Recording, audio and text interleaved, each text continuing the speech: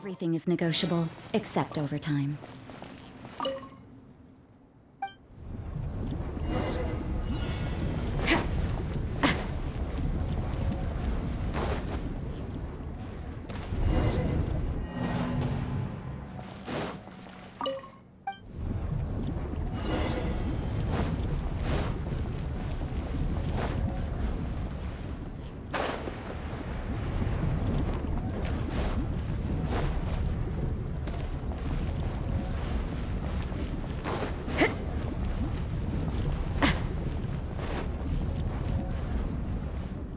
At least more work.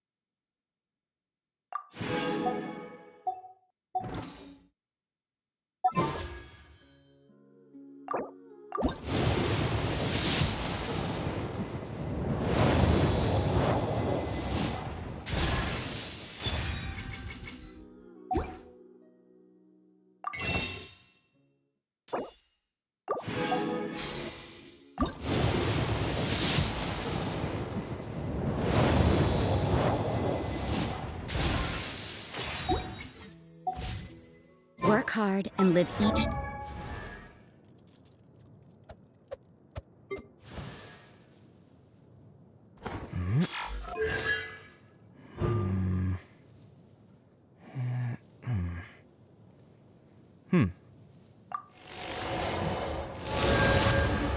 fullest.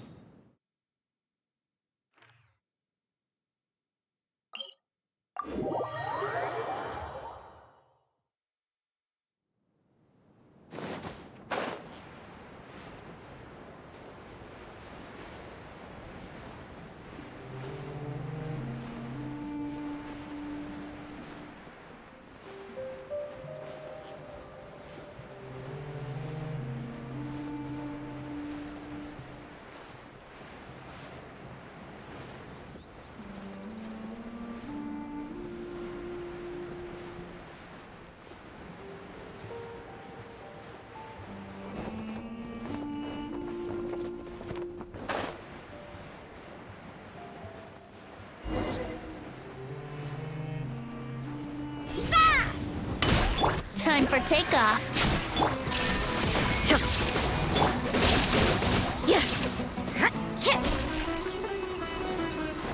Brace yourselves.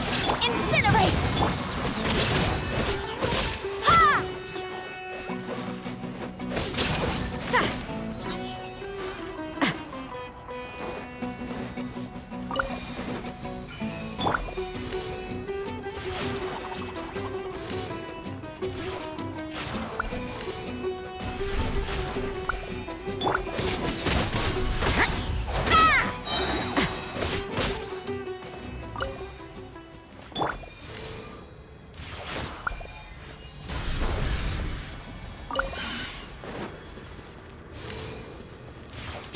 Here we go! Illusion Inazuma shines eternal!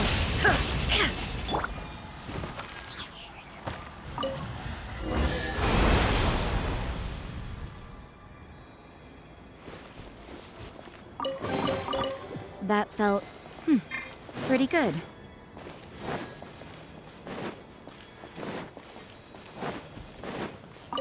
Following orders. What a nuisance! Brace yourselves! Shine down! Ha! Ha!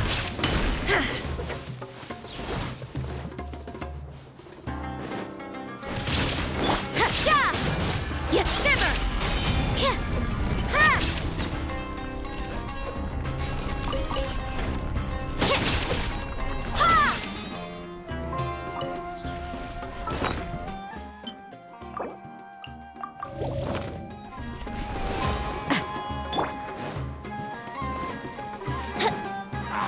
Come on, you coward!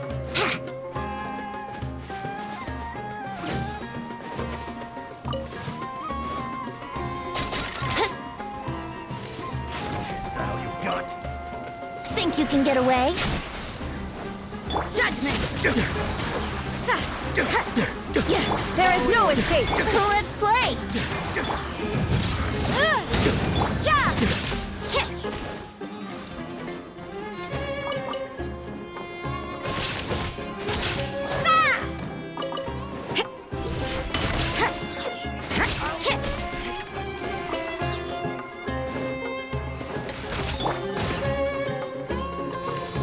I wouldn't... You can't run!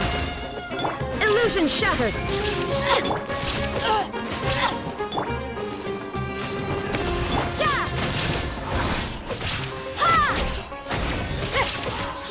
Punishment! Motion to compare! For your arraignment! Where do you think you're going? Goodbye, but we'll meet again.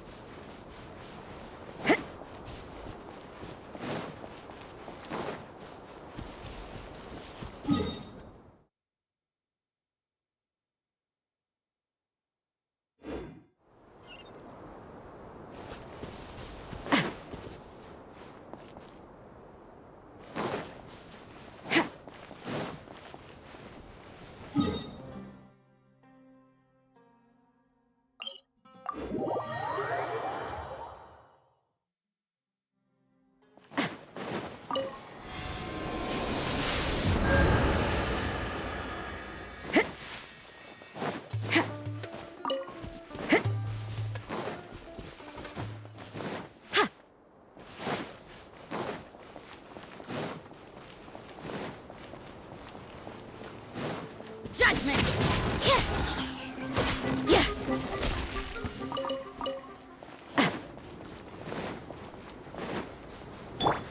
Time for takeoff. There is no escape! Picked the wrong test subject.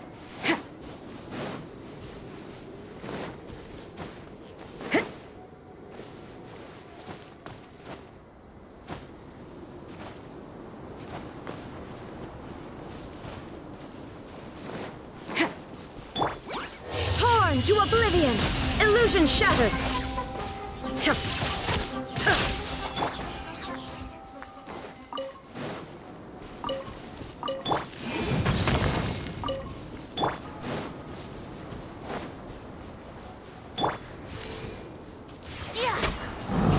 Think you can get away? You can't run! Shiver! Yeah.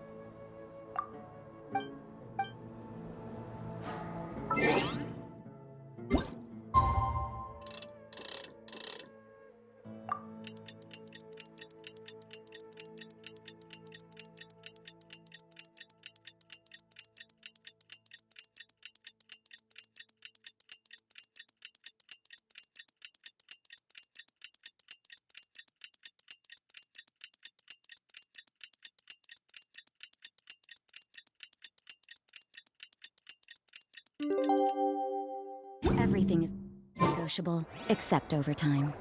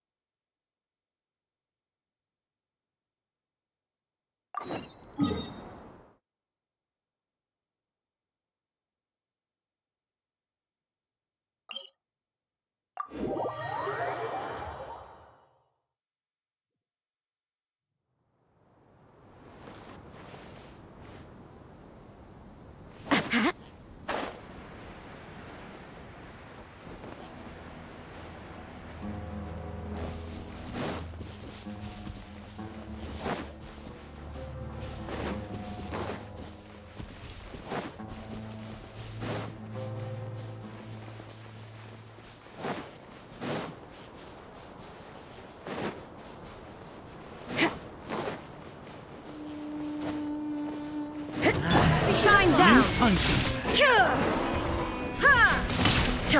Inazuma shines eternal!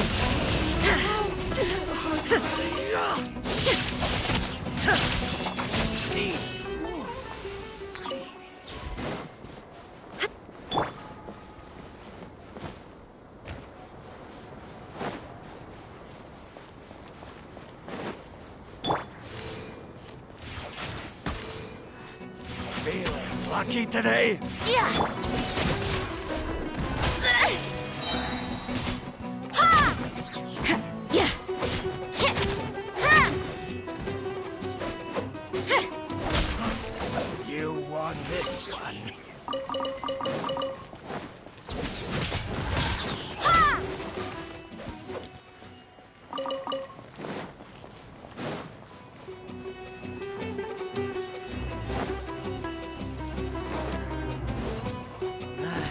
A new Time for punch. takeoff. There is no escape! Ha! Kuh! Yeah! Yeah! Ha! Inadmissible evidence!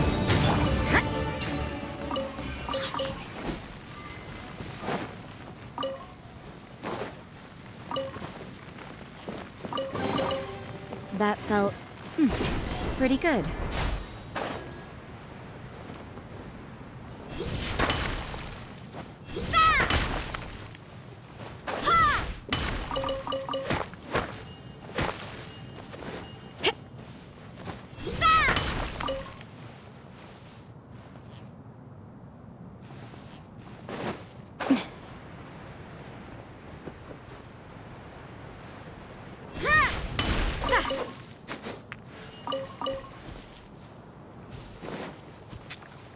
Here we go!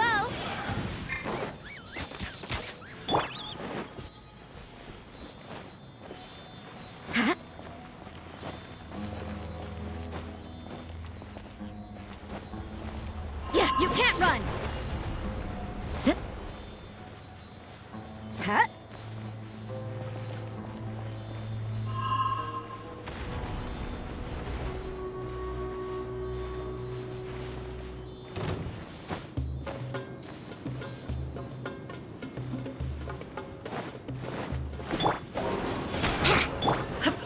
Now you shall perish!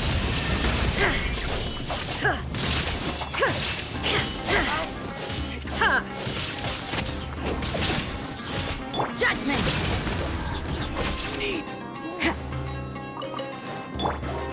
Think you can get away?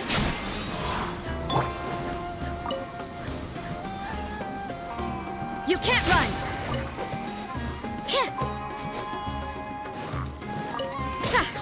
Judgment!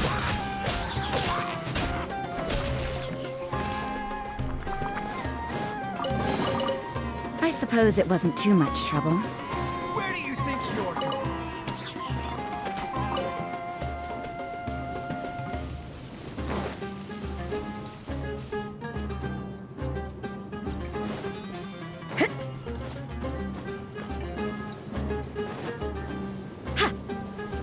Yeah!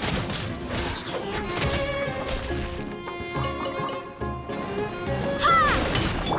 Let's play! Torn to oblivion!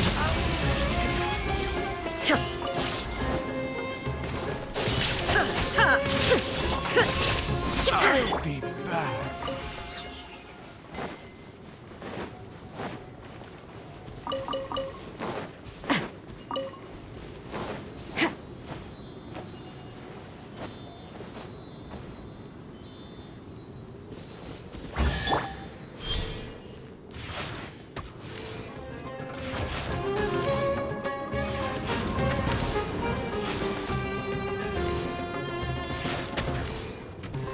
Yeah!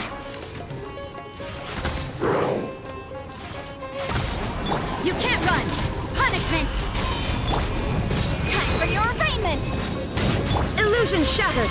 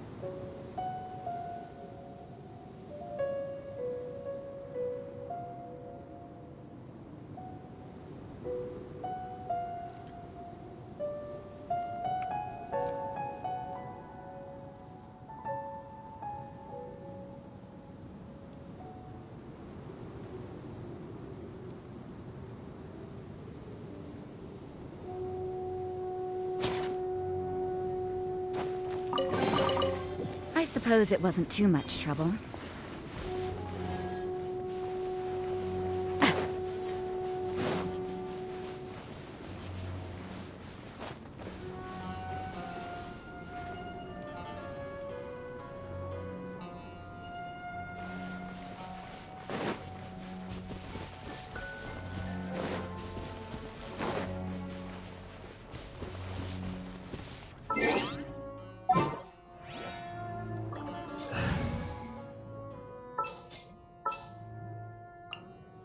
There's still a long road.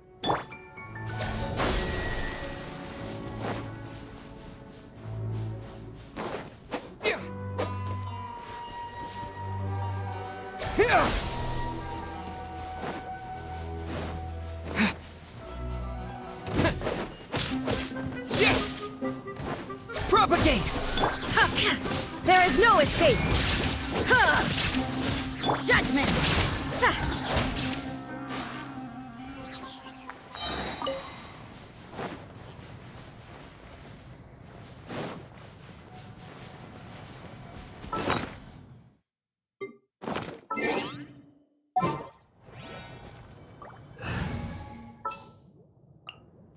Ready for trial!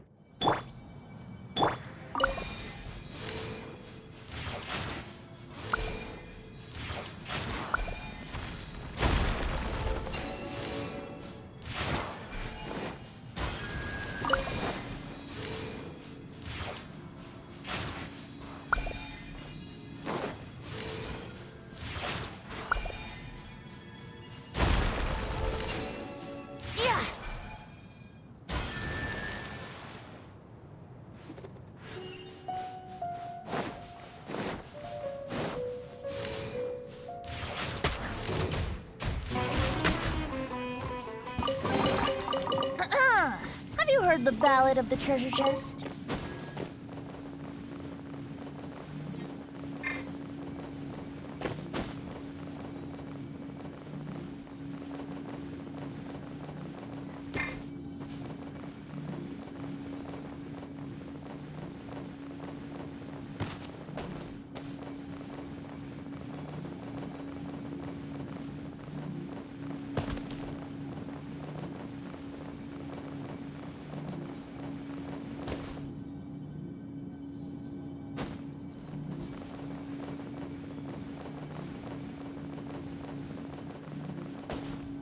Brace yourselves.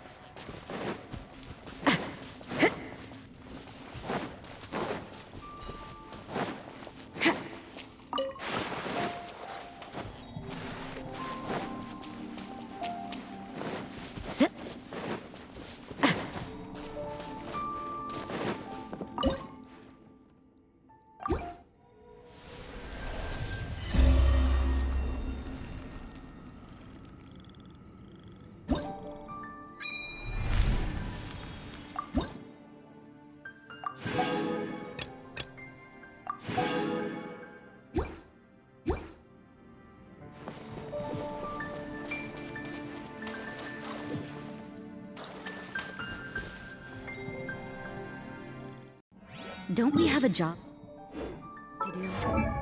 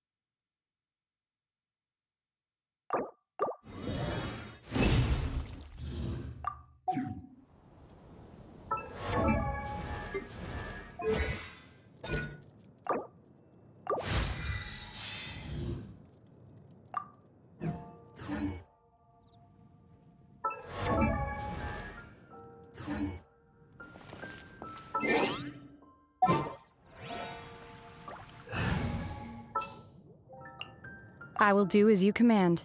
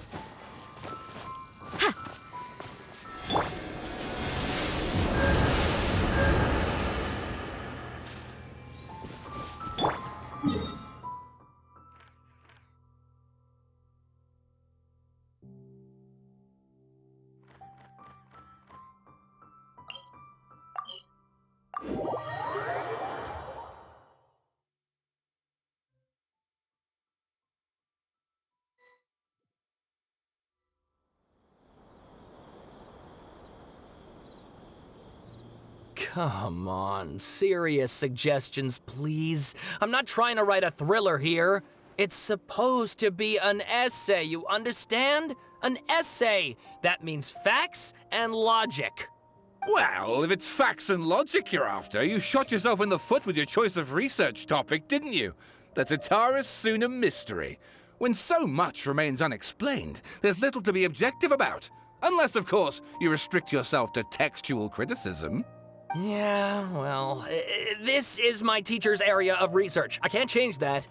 But it's fascinating enough without having to sensationalize it, don't you think? The strange location, the missing details, a mysterious person.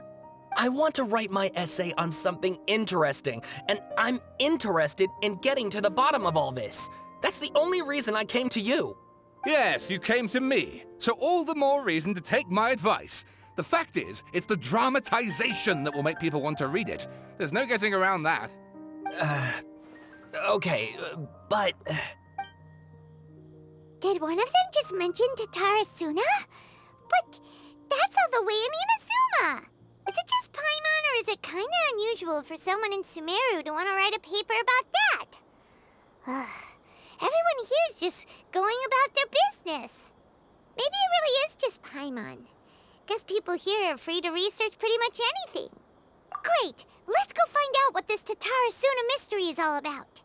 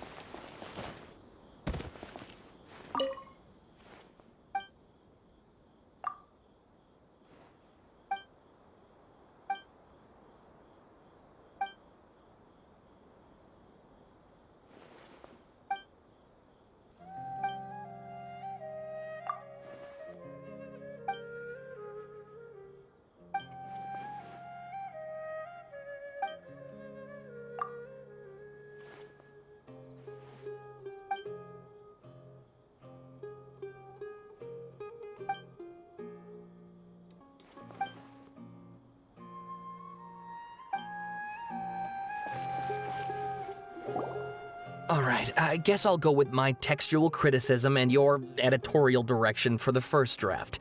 I have a feeling that the missing Kabuki Mono will end up being the main focus of this paper. Ugh, if only we knew where to find that traveler. From what they say about him, this seems like the kind of thing he'd know about. Oh, you're the traveler, you say? Hey, what's with that face? Don't believe us? No, of course I believe you. Actually, I first heard about your great exploits when I was still in Inazuma. This is my first time coming face to face with you and your mysterious silver-haired companion. I couldn't believe my luck, and out of force of habit, I started, examining the evidence. Sorry. Oh, Sawada, for the love of... Sorry, we don't get out much, so our social skills are kinda lacking. Traveler, I hear you've helped many people a great deal and been to many places. Would you be able to tell us about Tatara Suna? Actually, we don't know much about that place either. In fact, we only came over here because we heard you talking about it and wanted to learn more. I see. My teacher chose this area of research as a personal challenge. He said it's difficult to get into because even Inazumans don't know much about Tatara Suna's past. But who'd have thought that, If you don't mind, I'd love to show you all my outline for the book I'm writing about Tatara Suna. Hold on, Sawada. Don't you think that's a bit of a deep dive for a first read? Well, fair point. In that case, please ease yourselves in gently by taking a look at Akaba's latest essay draft. Let me give you some background. This all started with the discovery of some records in Tatara Suna. The writings mentioned someone by the name of Mikoshi Nagamasa, who crafted a fine blade. But in the end, he threw it into a fire to destroy it, and killed his servant Katsuragi. Why? Well, no one knows. Apart from the swordmaker, his servant, and the one who wrote this all down, the records also mention a kabuki mono. This seems to be an Inazuman word for an eccentric stranger, someone who dresses funny or acts in an unusual way. That's right. Akaba's teacher has spent quite some time researching these events on the ground. This kabuki mono lived in Tatara Suna for a while before disappearing without a trace. And shortly afterwards, as Akaba mentioned, things got pretty ugly. So first this strange person goes missing, then a murder happens? Seems kind of fishy to Paimon. Yes, my thoughts exactly. So I helped out too. I asked everyone I could think of if they knew anything about what happened back then. And wow, did I get lucky! Stop shouting! This part's important. I just wanted to make it stand out. It just so happens that a friend of mine works at the Government Records Office. He looked into it for me, and I can now confirm that all the aforementioned individuals did, in fact, live in Inazuma over 400 years ago. Even back then, Tatara Suna was already at the center of Inazuma's smelting industry. The man in charge was a government official named Niwa. Curiously enough, it seems like he went missing too. Wait, so there are 2 missing people in this story now? That's right! What's more, Niwa is a name with a lot of history to it. Have you ever heard of the great swordsmith clans of Inazuma? Oh, the swordsmiths? Yeah, like Ishin art and so on? Wow, yes. You really know your stuff. That makes things easier. So basically, this Niwa was a distant relative of the Kaidahara clan, the last practitioners of Ishin art. Something then seems to have happened in the Kaidahara clan, leading to their downfall. I don't know the details, but taken in light of everything else going on around that time, it makes you wonder whether it's all connected somehow. The Kaidahara clan? Sawada, you left out the biggest detail of all. Oh, yes, of course. How could I forget? Brace your minds, ladies and gents, for they are about to be blown. Or maybe you won't believe your ears. I wouldn't blame you, of course, because in all my years as a writer, this is by far the most. Get to the point, for Pete's sake. According to information acquired by Akaba's teacher, the kabuki mono was not a human, but a puppet. A puppet?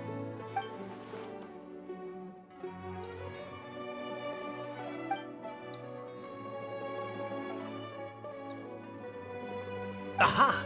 Judging by the looks on your faces, you do know something after all.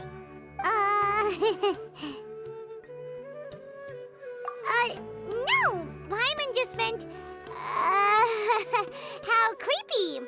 The way you described it makes it sound like a ghost story. I agree, it does.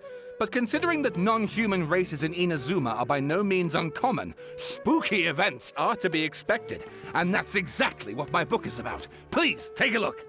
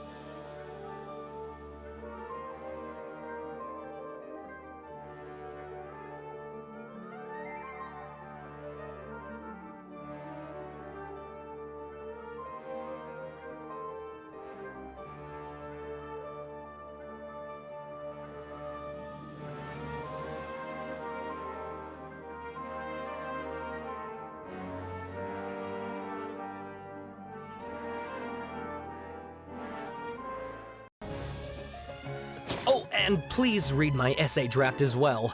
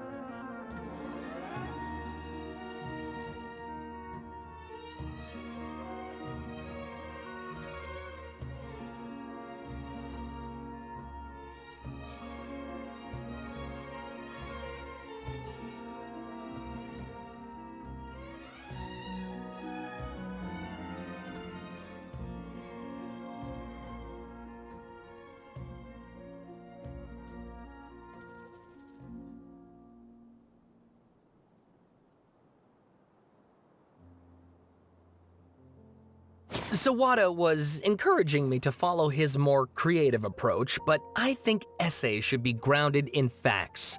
I don't think explaining everything away with mysterious forces will cut it. Oh, how about if I plug the holes in Sawana's narrative with political intrigue? Like, I could put a turf war between rival factions at the center of the whole series of events. Wait, you're allowed to just make stuff up? Pretty sure you've gone from essay to guessay there. Akaba, look. Your teacher has researched this extensively. I've reached out to everyone I could think of. Whatever information we have now is all that there is to know. This is as much detail as you're ever going to get. Besides, if there really was a political power struggle going on at anything like the level you seem to be suggesting, what hope would we ever have of finding out the truth? Good point. Okay, back to the drawing board, I guess. Give me some time. I need to find a new angle on this. We have some other stuff to do, so we'll have to say goodbye for now. Good luck with your essay. All right, thank you. If you find out any more info about all this, please do let me know. Thanks so much.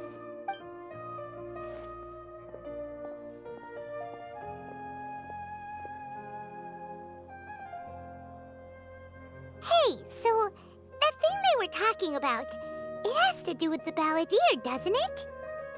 Okay, then even if we did know something about it, we probably couldn't share it with them, huh? After all, we kicked his butt and got him locked up. Information about people like that is usually super confidential, isn't it? If you ask Paimon, Akaba should just pick a different topic. There must be as many essay topics as there are trees in the forest. There's no point in...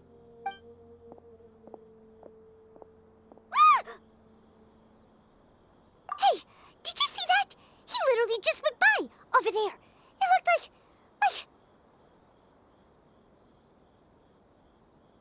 the Balladeer! No, it can't have been. He got locked up. Oh, quick, let's catch up and see.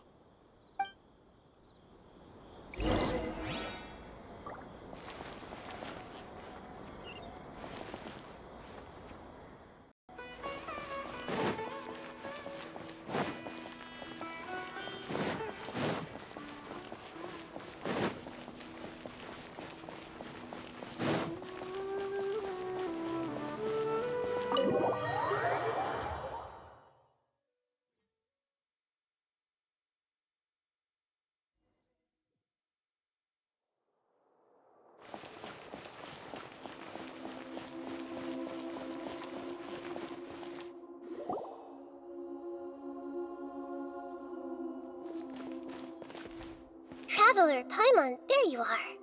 Nahida! Bad news. We just saw the Balladeer strolling around in public. Did he escape or... Ah! It's him! Sure enough, you're here. Hey! What are you doing in the sanctuary of Surasthana? Aren't you supposed to be locked up? I know you must have a lot of questions. Please, allow me to explain. It was my idea to set the Balladeer free. We made a deal, and he's gonna do some investigation in Irminsul for me. A deal? Huh. You sure you trust this guy? What did you expect? Why do you think Sumeru would keep me around otherwise? Or maybe killing me is all you can think about. But if that's the case, why haven't you done it already? Don't flatter yourself. It was... Nahida said there's still some mysteries in you to figure out. Ah, so if it were up to you, you'd finish the job? Guess I had you all wrong. There I was thinking you were just getting cold feet. Well, that escalated quickly. Not a good start. Could I ask you all to please calm down? But Paimon's worried about you, Nahida. Don't let him trick you. It's not every day you see people questioning the God of Wisdom's judgment. Just when you think you've seen it all. Don't you dare try to drive a wedge between us! As long as the terms are reasonable, I don't think there's a problem in making a deal. Even with the Balladeer. Well, I for one have no reason to doubt you. Considering you even struck a deal with the doctor. Yes, one in which I gained valuable information. You'll come to understand more about that in the fullness of time. The Balladeer's power was all but completely spent after your battle. He's no longer strong enough to be a strategic threat to us. That puts him in quite a precarious position. Plus, he's a former Harbinger with knowledge of many of the Fatui's sensitive secrets. Being stuck here in Sumeru could make him a sitting duck, depending on how the Fatui plan to respond. Wait a second. Former? You mean he's not a Harbinger anymore? I take no pleasure in saying this, but it seems as if the doctor had no intention of welcoming back a loser, so... Sometimes it's you using them, other times it's them using you. Most human relationships are this way. Certainly all the stable ones are. That's how it was between me and the Fatui, and also between each of the Harbingers. So as long as you have some value to offer, nobody will ever abandon you. But after recent events, even I have to admit that I'm not worth quite what I used to be.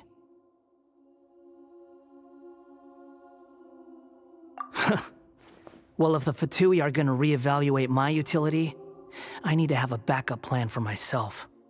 As we discussed, I don't like causing harm to living beings, and you said you need protection.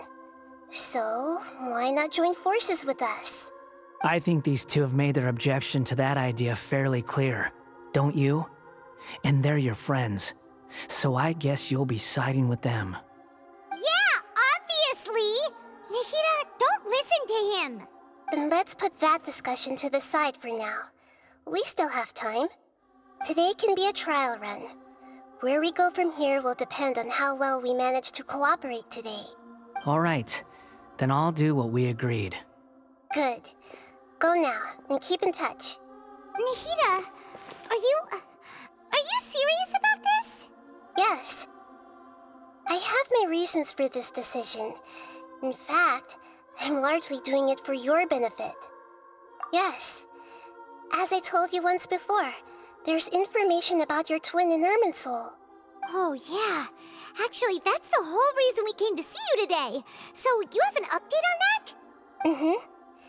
You may remember me mentioning that the Fatui had not included your twin's details in the Descender category. This is an extremely important point. It's possible that the Fatui have other information that even I don't know about. And since the Balladeer used to be one of them, he'll be better acquainted with this information than I am. He was granted the power to connect with Irminsul when he almost became the god of a new era. Even though he no longer has the Gnosis, some traces of its power remain in him. He can still connect. The amount of information in Irminsul is vast beyond description. Sifting through all of it without knowing what to look for would take too long, even for me.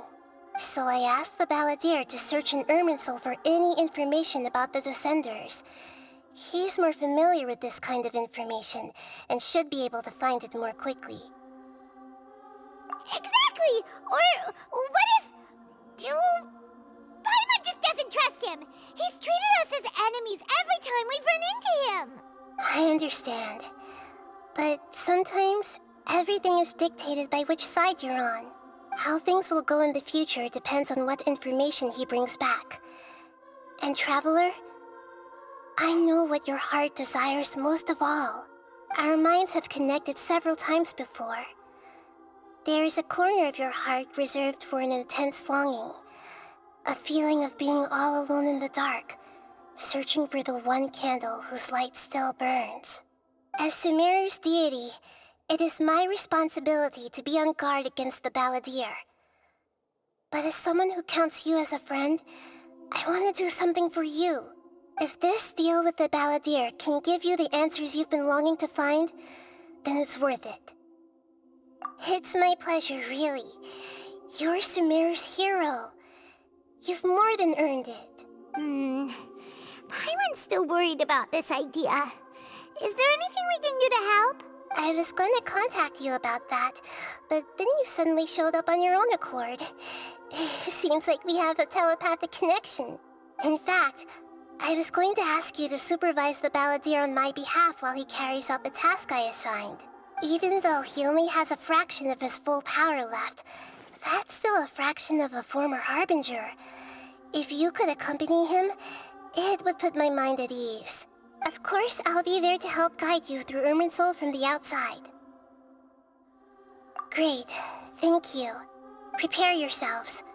I'm going to transport you into Irminsul. Wow, it looks pretty different here compared to last time. The colors are gentler. Guess that must be because Sumeru's at peace now.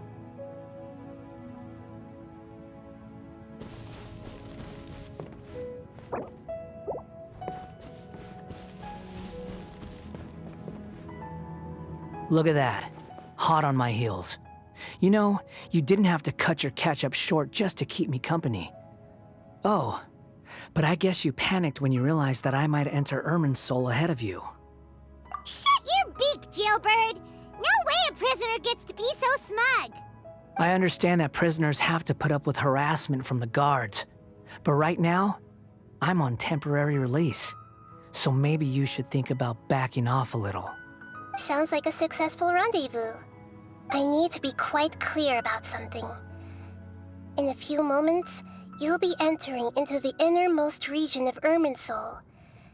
It is an environment like no other, and the most important place in all of Sumeru. Unlike anywhere else, Irminsul's inner region consists exclusively of torrents of information. You must put aside your differences and be extremely careful as you navigate your way through. I know there are many grievances between you on both sides, but it is essential that you remain calm after entry. This is as much for your own safety as anything else. Fine, let's call it truce, but only until this mission's over. Let's cut each other a little slack, shall we? We are gonna be traveling together after all. Per my agreement with Lesser Lord Kusanali, I'll be at the front. It's my job to lead the way and get rid of any obstacles in our path. All you have to do is keep your pretty eyes open and try not to fall behind. You sure are confident. Paimon will give you that. You make it sound like you're even more experienced at adventuring than us. If there are no further objections, I suggest we get going. Or did you need some time to mentally prepare yourselves? Ew! Ugh, the snark on this guy, it's unbearable. We can start now. Irminsul access granted.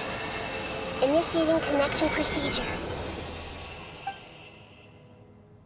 Is this a small sapling? Oh, darn it! Come on, let's catch up with him.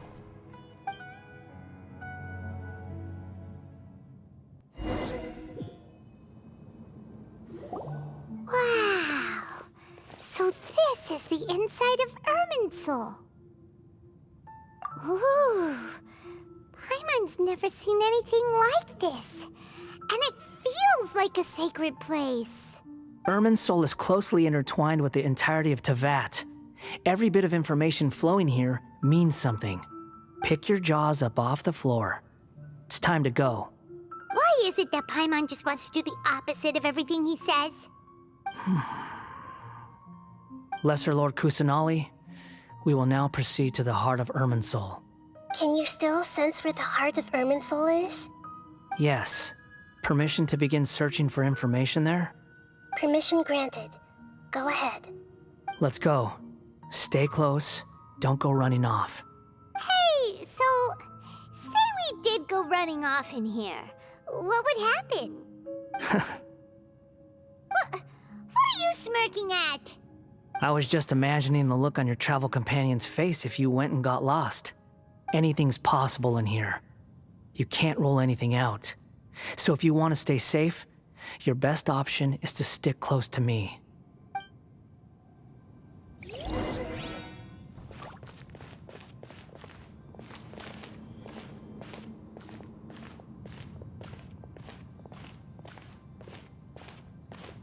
These sapling things have spread out. Those are all packets of information from inside Irminsul. Be careful not to touch them.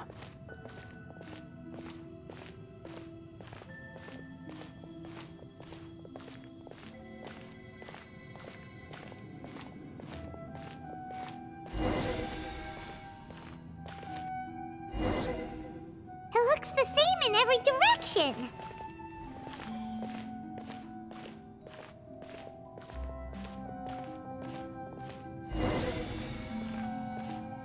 No wonder he mentioned about getting lost.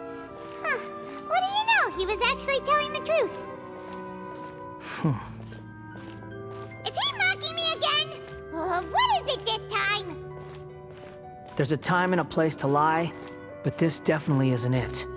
So why don't you relax your guard a little?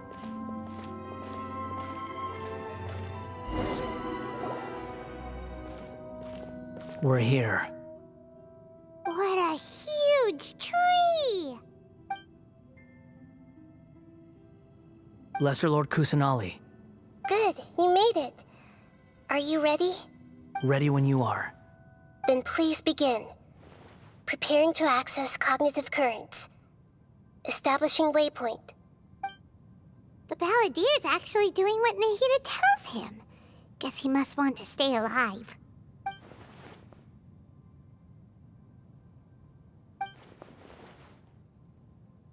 The rest is up to you. If you discover anything at all, make sure to share it with us. Will do. Huh. For once, we're the ones with nothing to do. Traveler, Paimon, would you like to talk? Yes, I've also invited Paimon to join. Huh? What the? We can talk to each other inside our heads?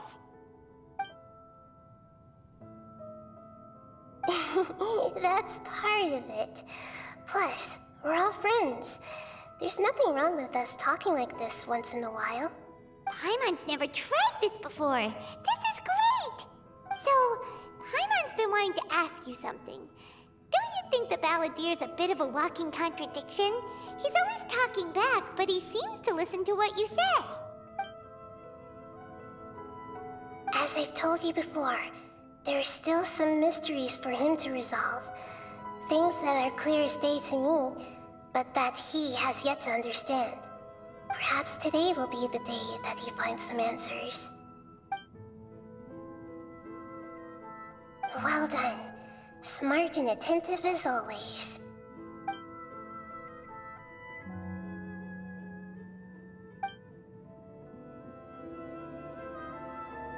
So, you made contact with that part of his mind. Well, it's true.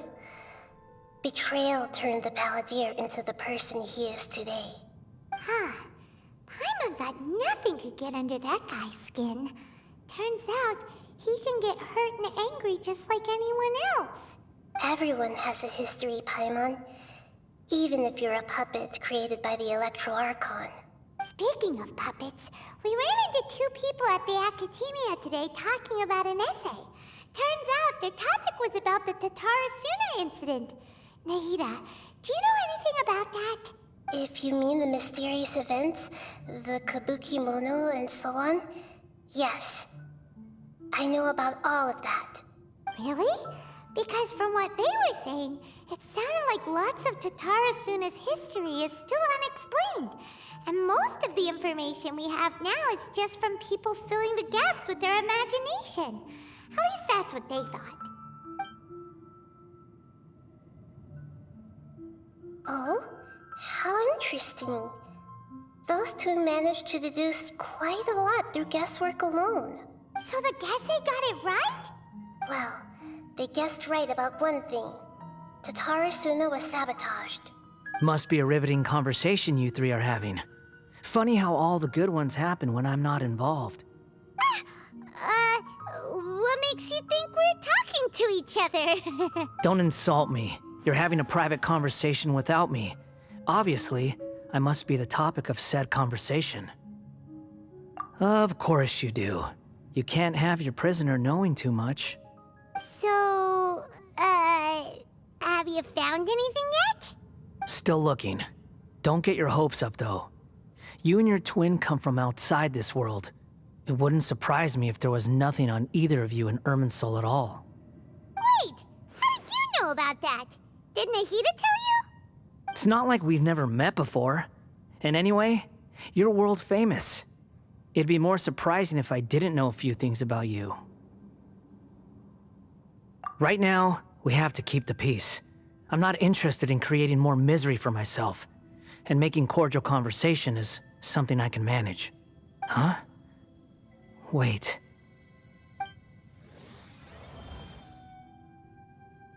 This light, it looks similar to those saplings. What could it be? Anonymous data. Hey, don't you forget the agreement! You have to share it with us! Shh. Just wait. Mr. Niwa, are you certain this is worth the risk? We are talking about Tatara Suna's furnace, after all. It may not pay to act rashly. There's no one else who can enter the furnace. It has to be me. Is that so? Well, since you insist. It's... Whoa!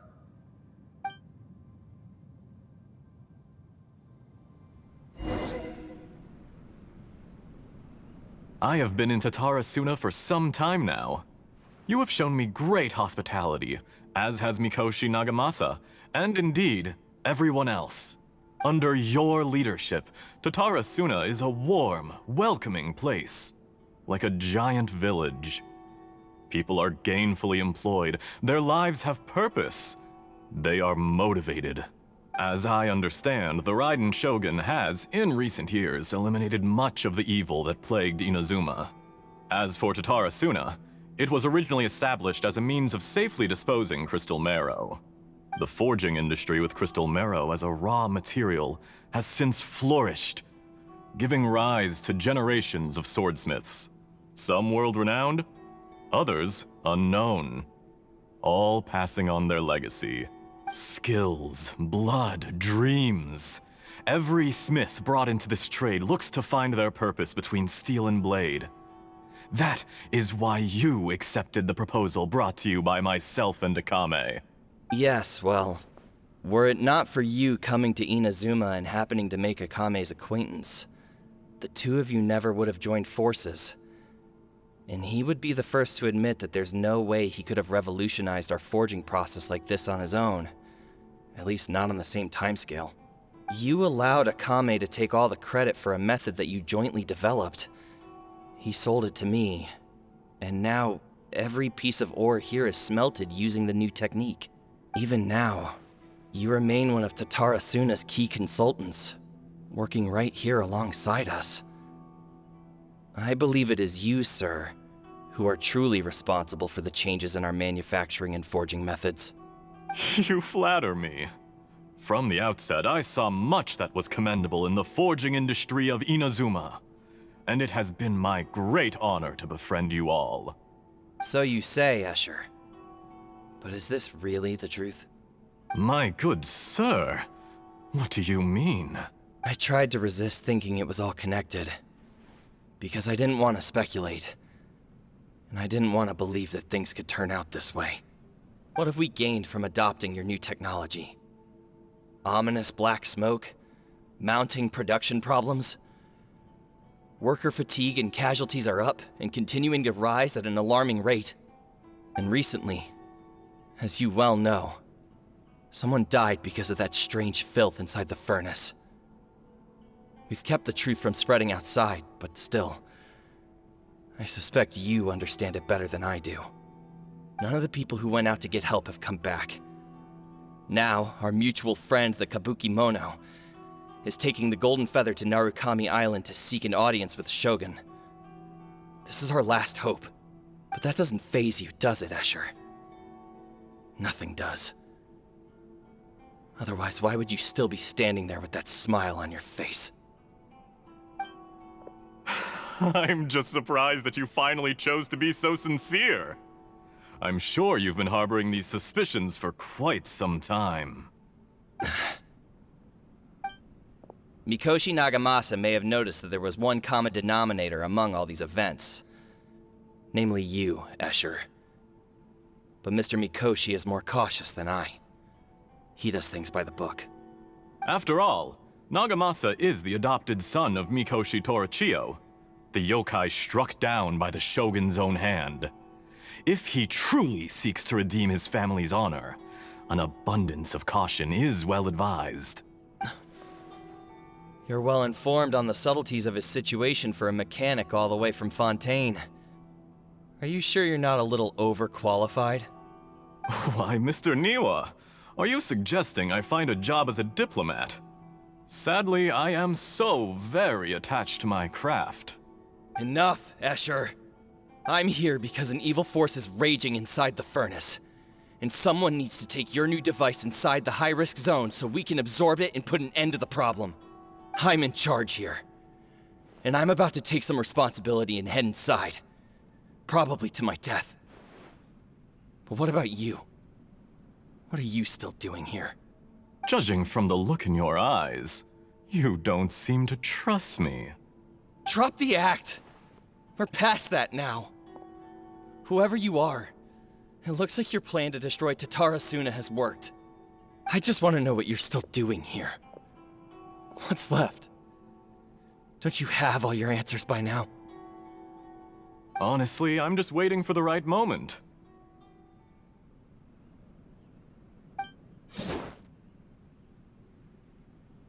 A moment like this, where you finish talking and I stop you from entering the furnace. You...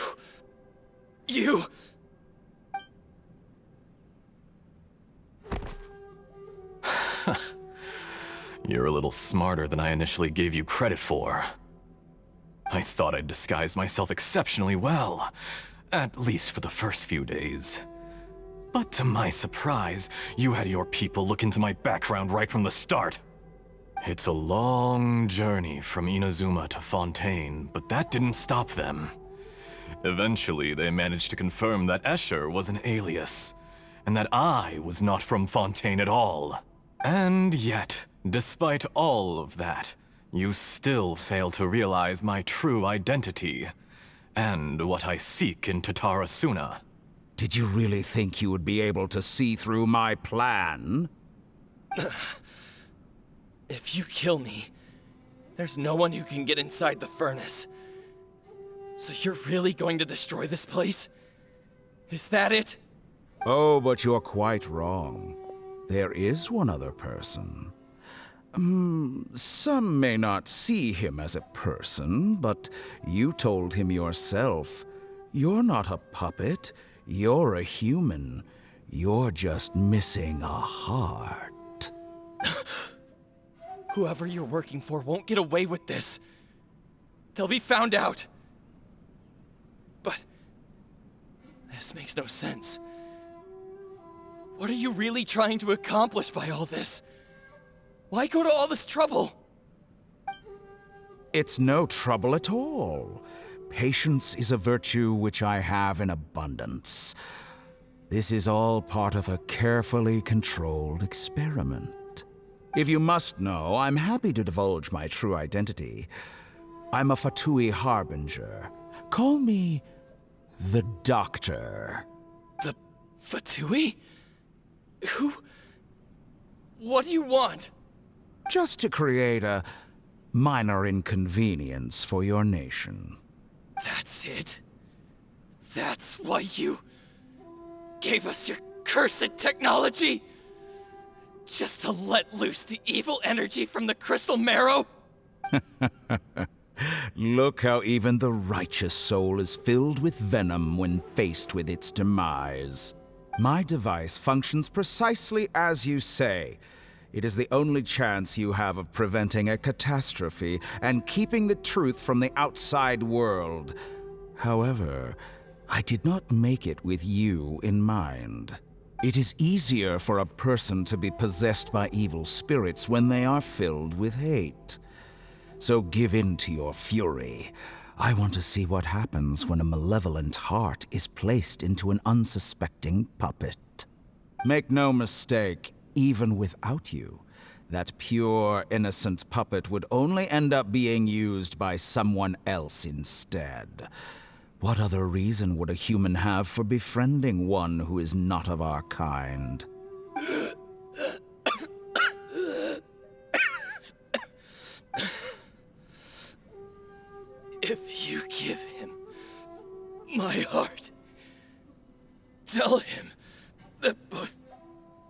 Nagamasa, and I see him as one of us.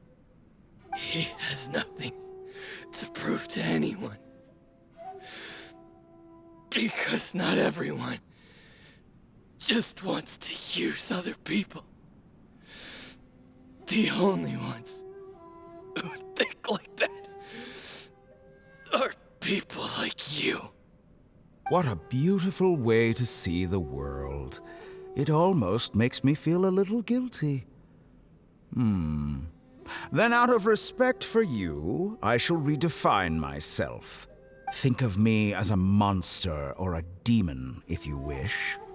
At least this way your death is not a consequence of your own folly turning you into an easy target. You simply lost to something more powerful than you could ever hope to defeat. I say, Mr. Niwa, let's see what happens. Will your puppet friend become a human? No, that will prove quite impossible. Mr. Niwa? Already dead. What a pity.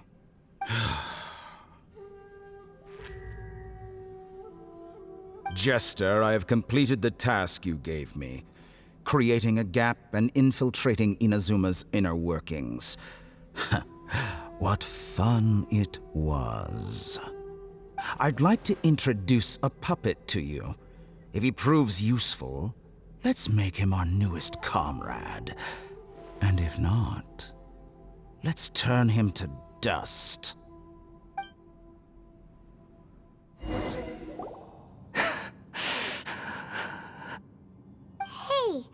are you alright? Dottore.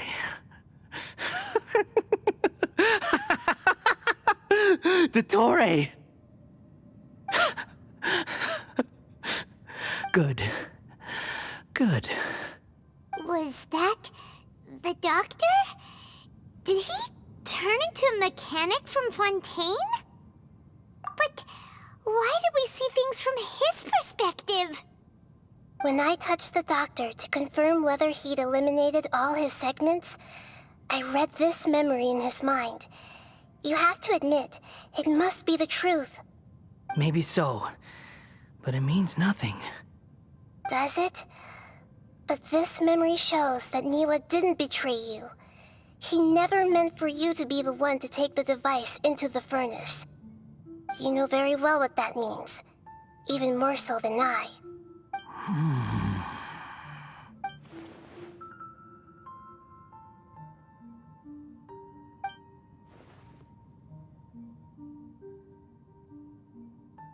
Let's give him some space. He looks really mad. Paimon doesn't want to be anywhere near him right now. We need to give him some time to process his emotions. Paimon's still confused about the Tatarasuna incident. So, the doctor was behind it, but why has that gotten him so worked up? Nobody has ever deceived you like that, Paimon. It's natural that you find it difficult to understand. Perhaps he needed to learn this someday. So now you have the complete picture. Katsuragi took the Kabuki Mono to live with the people of Tatarasuna. Later, the doctor showed up, disguised as a mechanic from Fontaine. And that's when the trouble began. It was all a horrific experiment planned by the doctor. Everything he did was just to plant seeds of disaster in Inazuma that would bear fruit in the future. Of all the unwitting participants in the doctor's experiment, the Balladeer became the main test subject. After the events you just saw in that memory, the doctor put Niwa's heart into the device and handed it to the Balladeer. Then, he instructed him to enter the furnace and absorb all the filth caused by the smelting process. The load was far beyond what he expected, but the Balladeer survived. He left the furnace in sheer exhaustion and said to the mechanic, "This device seems to have protected me. What's in it?" The mechanic answered, "Niwa fled this place for fear of punishment, but he left you a gift. He said it's the one thing that you've been looking for." He took it straight from the chest of one of his innocent servants. The mechanic removed the withered heart from the device as he spoke. The Balladeer was stunned that such unthinkable cruelty had brought him the thing he'd been longing for his entire life. A heart acquired through cold-blooded murder is a cursed thing, but it had protected him from the filth. He thought Niwa had completely betrayed him, and yet this very betrayal had ensured his survival. Overwhelmed with anger and sorrow, the Balladeer threw the heart to the ground and left Tatarasuna without looking back. Holy moly. So the doctor killed an innocent man and pinned everything on the victim? That's terrible.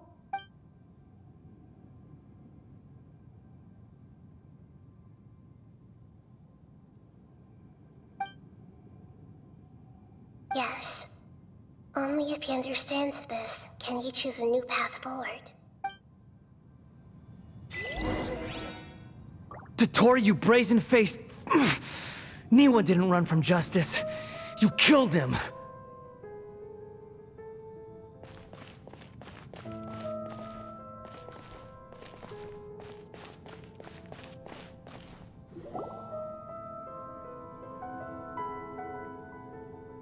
Shall we see how he's doing? Hey, you alright? That's a scary expression. Are you worried about me? If we didn't have such a history, I'd almost think that qualifies me to be your friend. It won't. I'll keep my end of the deal. Hey, aren't you investigating the stuff we want to know about? That's why we're here. But unfortunately, there's no information about the Descenders in Irminsul. Even if you can't find anything, that seems to confirm it. Irminsul does not keep records on the Descenders.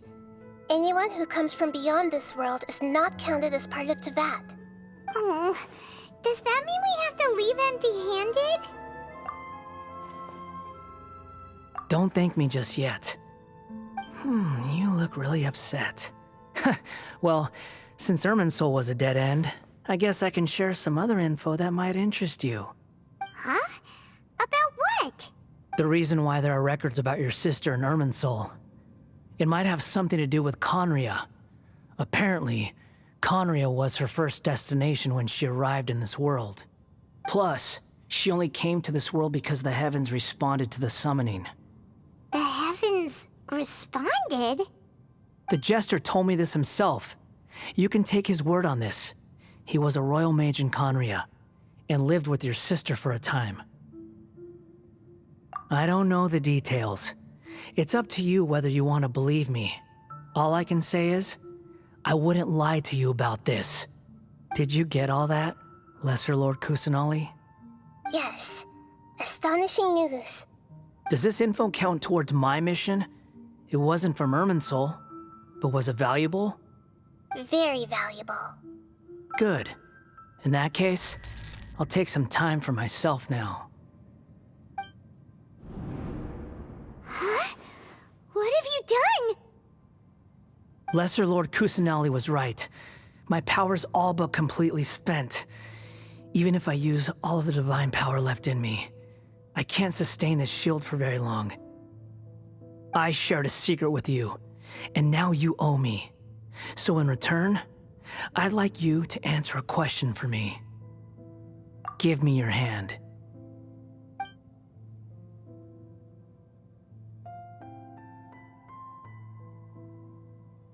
Can you hear my voice inside your head?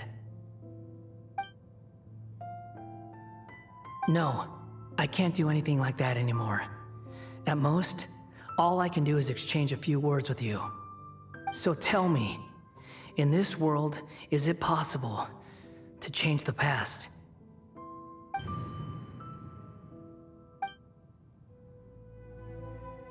Done.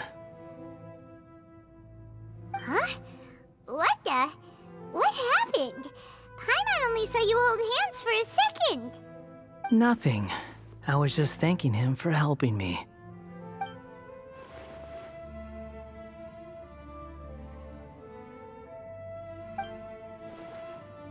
So long.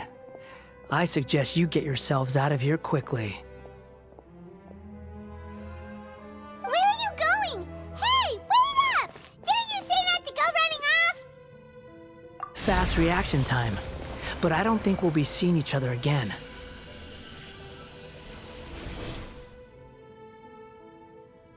From this day forth, the names Balladeer and Kabukimono will cease to exist. Those who died in Tatarasuna because of me deserve another chance at life. Hey, Balladeer! Don't do anything stupid! You know, I never did like insects. Hordes of the puny things swarming together can be a real nuisance. And I enjoy nothing more than to stamp them out like the pests they are. But if a colony of harmless ants isn't threatening anyone, I guess they deserve to be left alone. Luckily, everything can be set right. It's time to solve this once and for all. Balladeer! Balladeer! Uh-oh, he disappeared. Come on, we gotta find him somehow.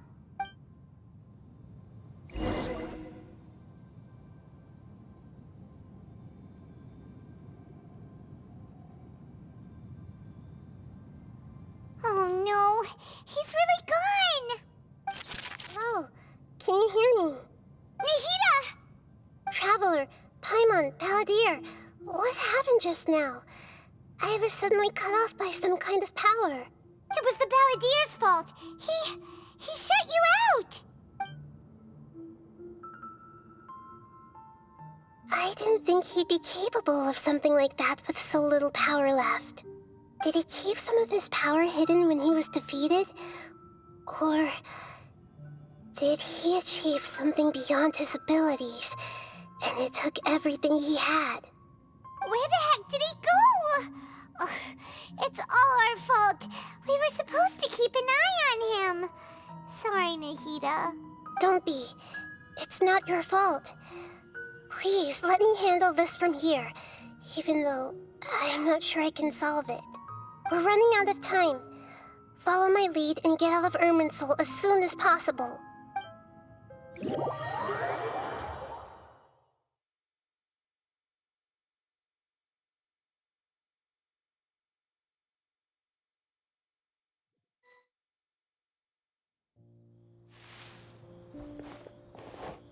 We're out! And we're at, an inn or something? This is an emergency. I'll have to ask you to stay here for now. Everything's arranged, and nobody will disturb you. I'm sorry, but this isn't something I need your help with. Leave this one to me. An emergency?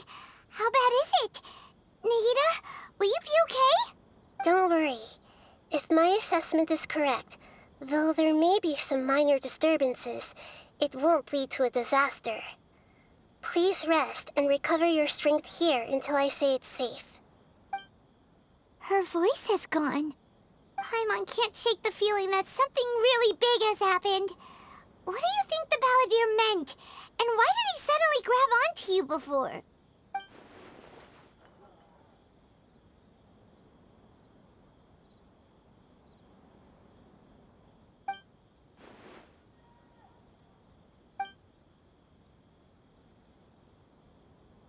He wants to change the past?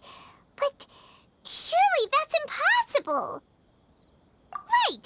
You can't just rewrite history! All that stuff happened already in real life! It's like, imagine Paimon drank all the water in this inn. Even if no one was there to see it, Paimon would sure as heck remember drinking it! So, why does Paimon still have a bad feeling about this? Paimon can't help but feel scared about what he might do. Ooh, Paimon's so confused. Huh? Ah! Sorry, Paimon accidentally... It's the Balladeer's fault for causing Paimon all this mental stress.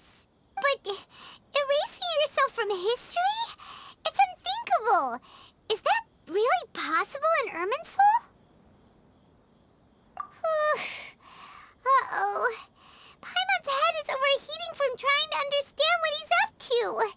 and it's still not working. Ugh! Paimon's had it with that little brat. He's been nothing but trouble ever since we met him. There's no way he'll actually succeed, right? Otherwise, won't everyone who's connected to him be affected too?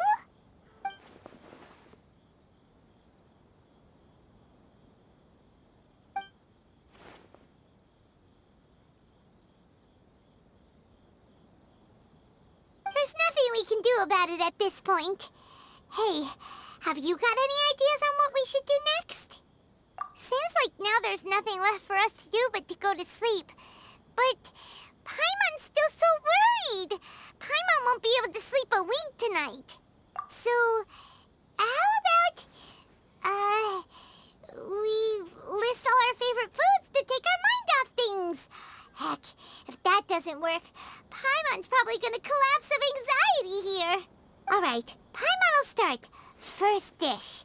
Munstack grilled fish. Oh, and chicken mushroom skewers. Tea break pancakes, cream stew, sauteed matsutake, and Dragon chili chicken, almond tofu, satisfying salad. Also, Adeptus Temptation, golden shrimp balls, triple layered consomme, lotus seed and bird egg soup, and...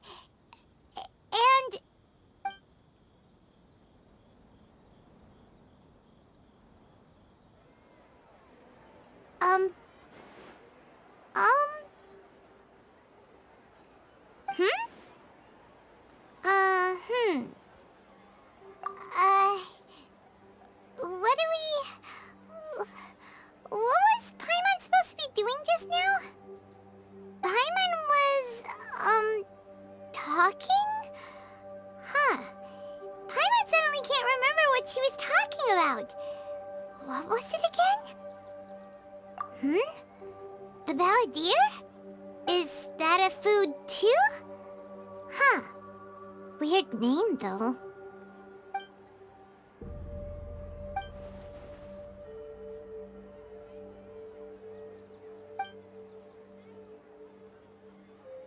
What's wrong? Your eyes are like saucers. Was it something Paimon said? So, the Balladeer. Is that someone's name? 'Cause it sounds like a nickname or something.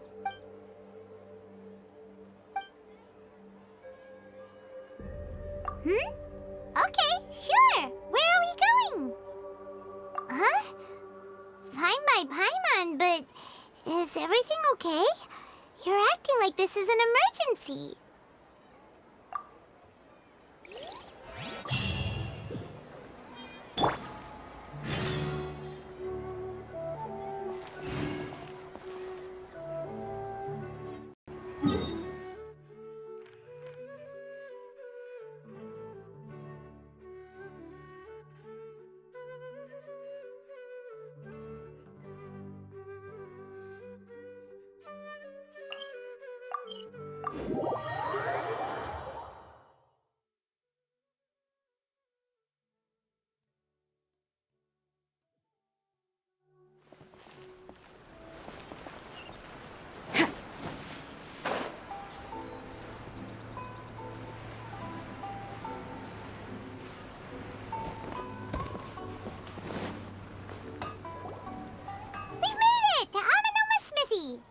Ah, it's been a while.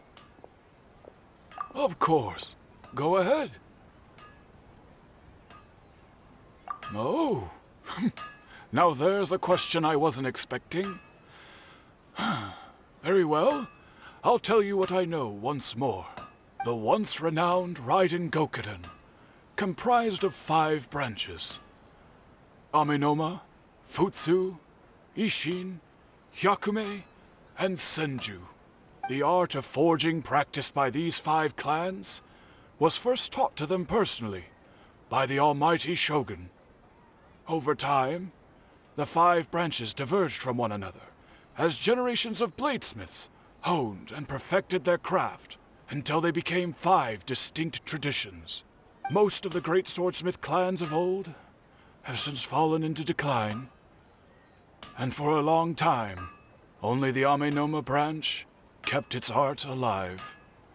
But fortunately, Kaedehara Kazuha recently returned to Inazuma and took up the mantle of the Ishin art. Now, 2 clans remain of the original Gokuden 5. If my memory serves me right, you yourself were present when he forged the Ishin blade. Oh, yeah, we were! Paimon remembers that now. We learned a bit about the decline of the Raiden Gokuden then, too. It seems like such a shame.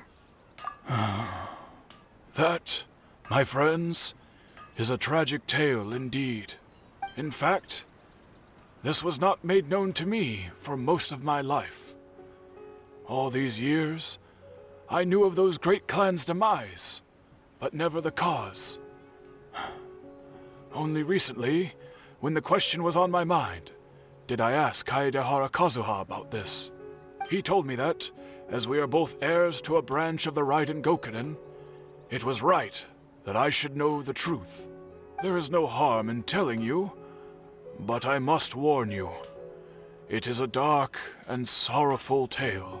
The Raiden Gokuden were the targets of a murderous rampage by a vengeful bladesmith.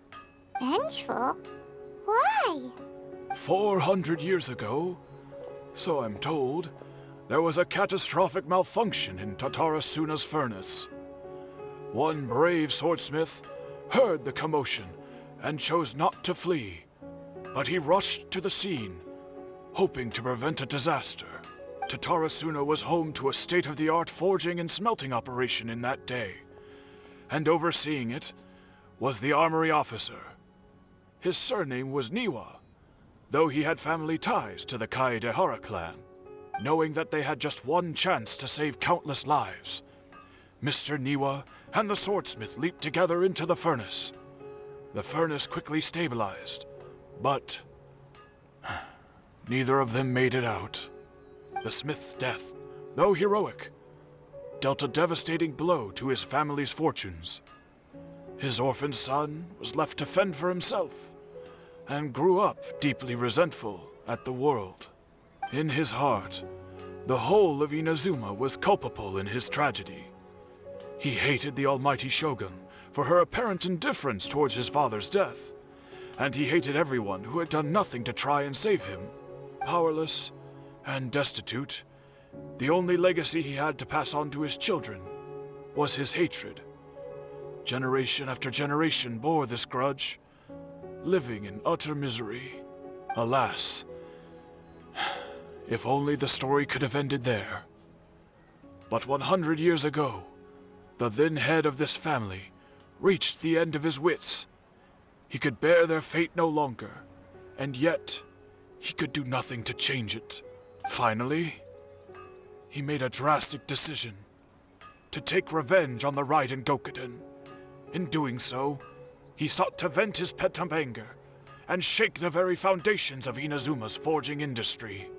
In his fury, he murdered indiscriminately, killing even bladesmiths from the Hyakume clan which he belonged to. His goal was absolute, the devastation of all of the Raiden Gokuden. But when he came to the Kaedehara and Kamisato clans, his killing spree came to an abrupt end. He failed to catch them unawares. They fought back fiercely, and they did not spare his life. That is why the Kaedehara clan and their Ishin art survived that day. I suppose they were the lucky ones, under the dire circumstances.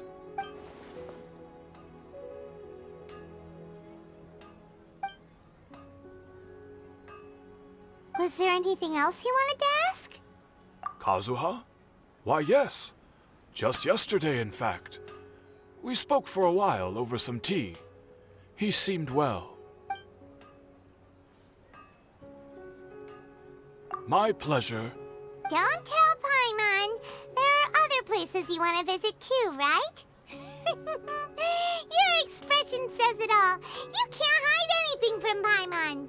On to the next stop. Lead the way, traveler. Paimon will be right behind you.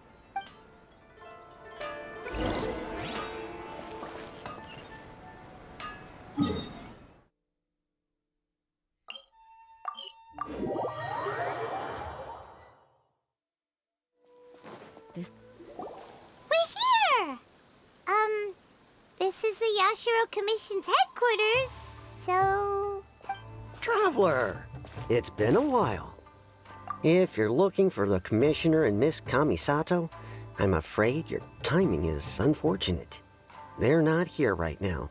Are they out on business? The Commissioner is out on business, and Miss Kamisato is standing in for some meetings in the Commissioner's place. If it's urgent, you're welcome to wait inside until they get back. What do you think? Shall we go in? If it were anyone else, I couldn't allow it. But seeing as you're so close with the Commissioner and Miss Kamisato, I think it should be okay. We'll be heading in then. Thanks! Hello, dears. Is there something you want to say? Of course, traveler. Yes, I know who you are. Miss Kamisato has told me about you. What would you like to know? Oh, they're both very well indeed. Lately, Miss Kamisato has been rather busy attending all kinds of meetings and occasionally paying visits to some local organizations on the Commissioner's behalf. As for the Commissioner himself, well, you know, busy as ever. That much hasn't changed. Although he does seem to be in a rather good mood these days. So pretty much business as usual on the Yashiro Commission, huh? Very much so.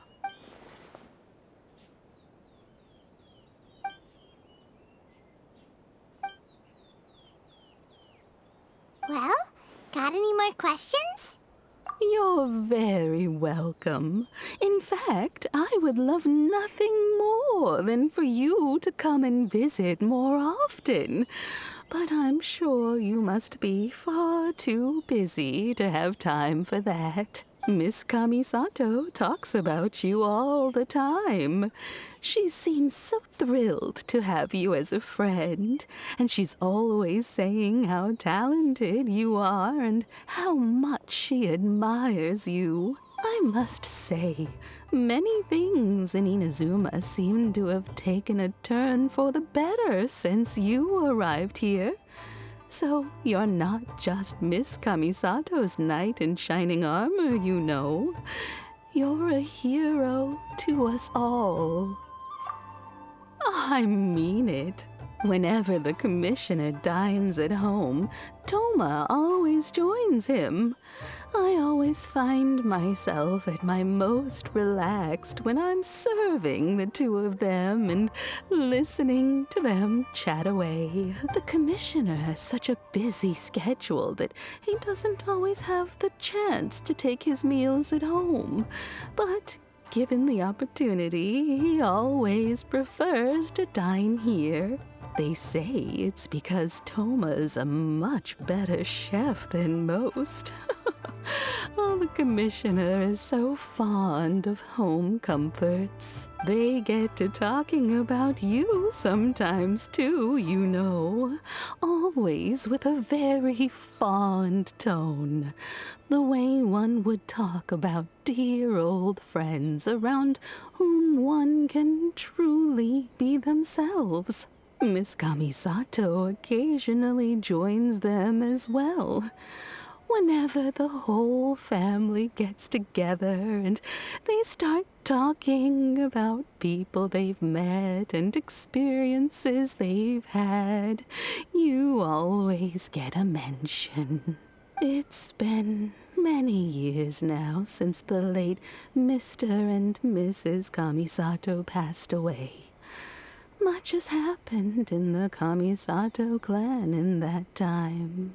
As someone who is old and gray enough to have watched their son and daughter grow up, it makes me so happy to see them meet a dependable friend whose company they enjoy so much. So, in the future, if you ever do have the time, please know you are always very welcome at the Yashiro Commission headquarters. There will always be at least one old lady who would be delighted to have the pleasure of your company. Wonderful. Thank you. Paimon likes it here too. Also, you were saying something about the food here being really great. Paimon's itching to try it. We may just have to invite ourselves around for dinner sometime. Paimon meant we should come pay a visit again real soon. Ideally around dinner time. Of course. You're always welcome. All right, goodbye for now. Where are we going next? Great! Goodbye, ma'am. Don't worry, we'll see ourselves out. All right, then. Take care now. Hope to see you soon. Oh, are you two leaving already? Yep, everything's taken care of now. Don't worry. Very well. Safe travels. Goodbye.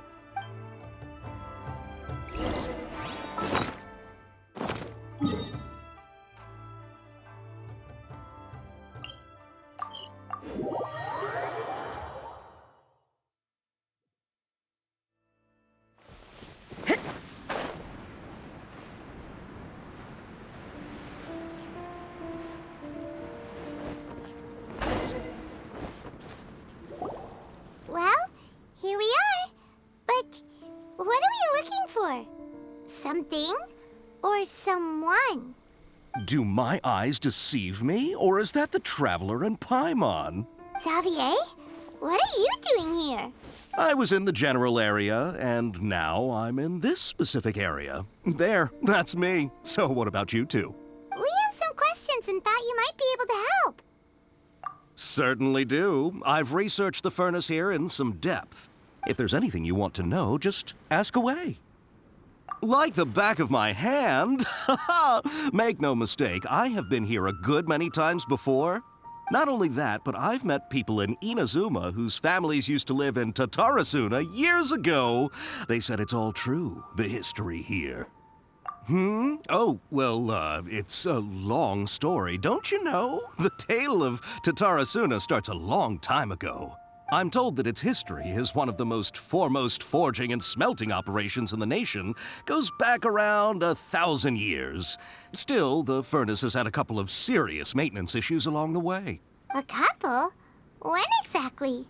One was just in the last few years, the other was several hundred years ago. A fun fact, I'm not the first Fontaine tech guy to come and work on it either. There was a guy back then too. They say he was a mechanic who consulted on a technology upgrade. It seems like the technological collaboration between our two nations goes back a long way. How about that? Hey, weren't you gonna ask Xavier something about Tatarasuna? Come on, ask already. Oh, I didn't realize you two were here for a history lesson. Me neither. Paimon doesn't know what's gotten into this one today. Feels like we've been preparing for a history exam or something. What brought this on? Did you just wake up today with a sudden burning desire for historical knowledge? Sure, go ahead. A kabuki mono? No, I can't say that I have.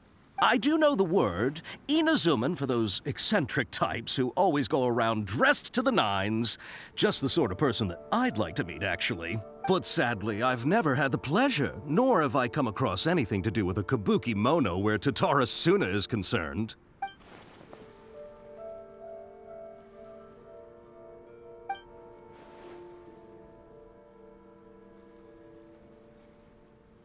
Of course! Don't mention it. Oh, we're leaving? Okay, bye, Xavier. Oh, you're most welcome. More than happy to help. Farewell. Looks like you got all the information you're looking for. Sure, but what's up with you today? Whatever it is, it seems like it's really troubling you. Keep your smile, Spinal Crocodile. No matter what happens, Paimon will always be there for you. Hey, don't mention it. All right, let's head off and go meet Nahida.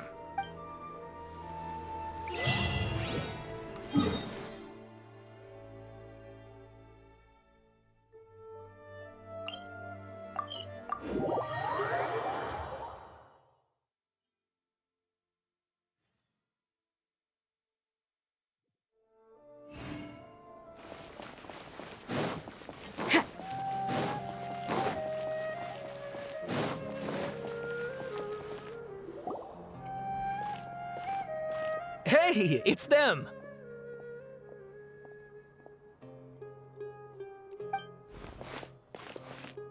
Akaba, Sawada, you're still here?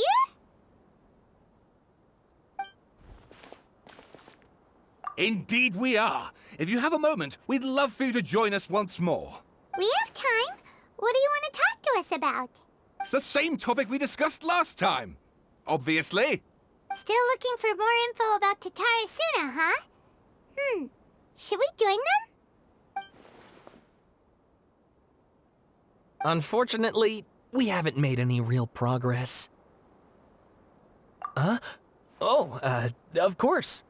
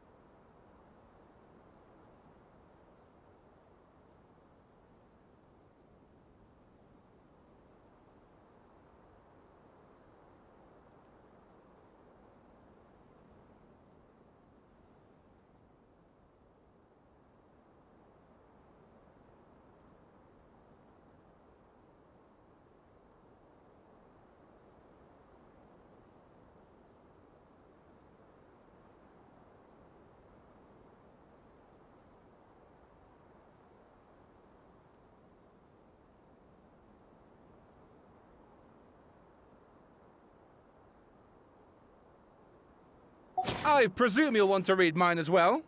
Here.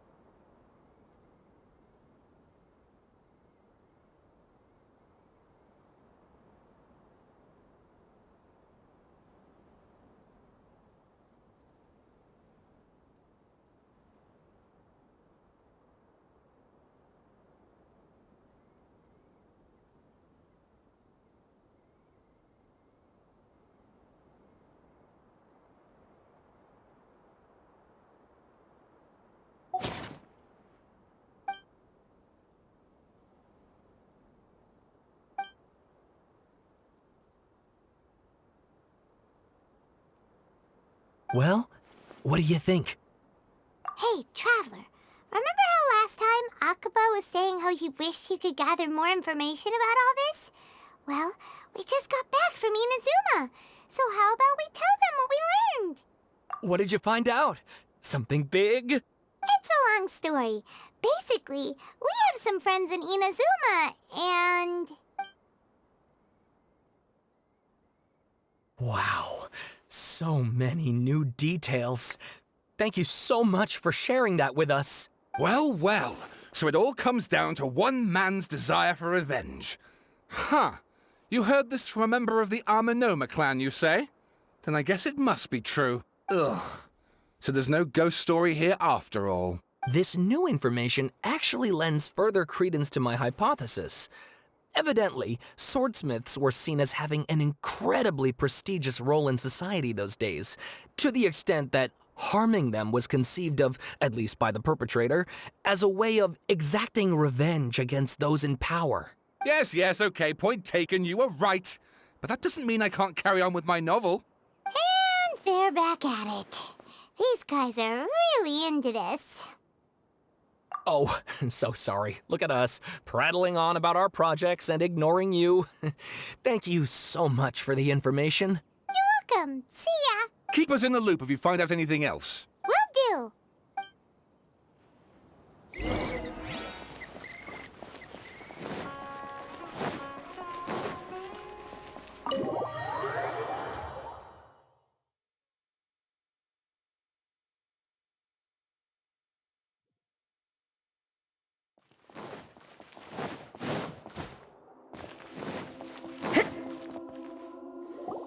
Nahida, we're here!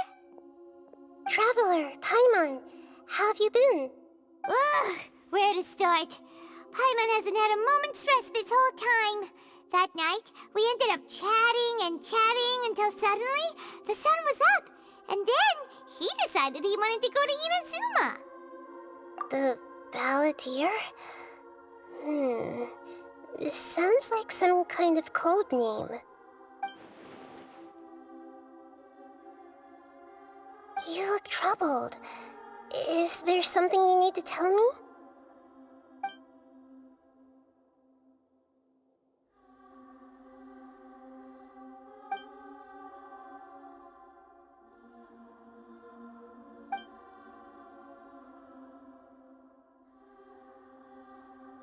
Traveler? Hey, what's wrong? You look so upset.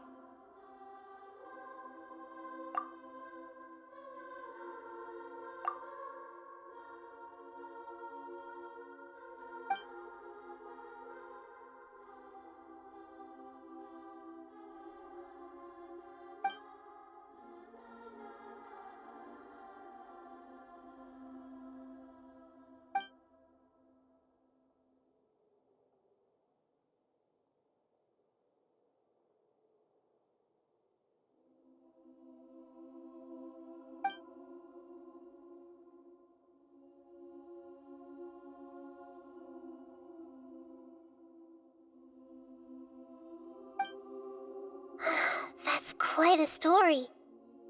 So, this puppet known as the Balladeer erased himself from Irminsul, hoping that he could change the past. But how was he even able to do that? As the Traveler said, he very nearly became Sumeru's deity. Admittedly, I remember it a little differently. I don't recall finding anyone inside the machine after we defeated it. Nevertheless, it does make sense. If someone were to successfully erase themselves from Irminsul, the world would change to reflect the new reality. So, you believe this person really existed, and we just don't remember him because... well, because he literally changed the world? Yes. Theoretically speaking, it is possible to do this. But I'm struggling to imagine the kind of person who would dare go through with it. The Traveler comes from a world beyond Tevat. That's why there's no information about him in Irminsul, and it also explains why any changes to Irminsul wouldn't affect him. So if there's anyone in the world capable of retaining memories from a past that has been rewritten, it's you. It's quite incredible when you think about it. Paimon's having a hard time understanding this Balladeer guy's motivations. Why did he do it?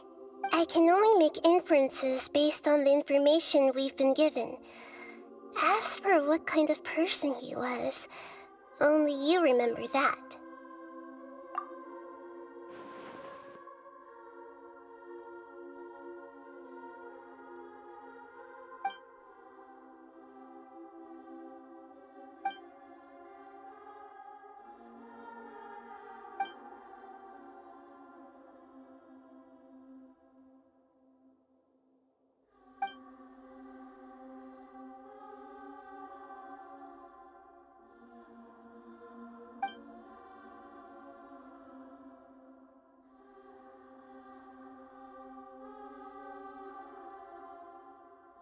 Something else worrying you? Something that you can't share? It couldn't change the fate of the ones who had died, right? Once the Balladeer realized he hadn't been betrayed after all, it must have completely changed his view of the people of Tatarasuna. Now he saw them as friends again. He couldn't keep hating humans after that. And if he thought there was a chance he could save his old friends, it would be hard not to try. The story makes sense, every part of it. The Balladeer tried to achieve godhood with the doctor's help. He was unsuccessful, but retained the power to connect with Irminsul. That power then enabled him to change what was recorded in Irminsul and erase himself, even though he didn't have much strength left. Yeah, it does make sense, but it still ended in tragedy for his friends. It just feels so hopeless. He gave everything to do this, but it seems like he got nothing in return.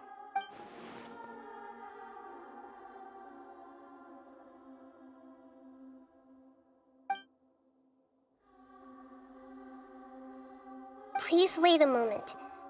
I want to check something. Found it. This should be the one. It turns out that I have a strange way of confirming everything he has told us. What is it? A record from a personal collection. It was tucked away in a corner. You should take a look.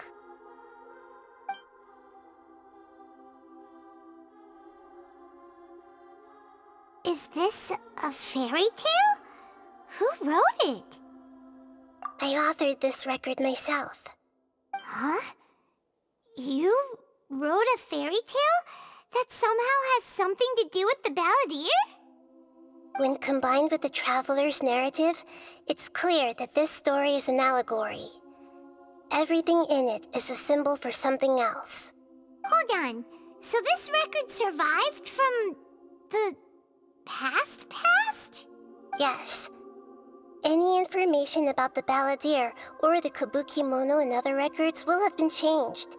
But I wrote this story in a way that means it was left intact.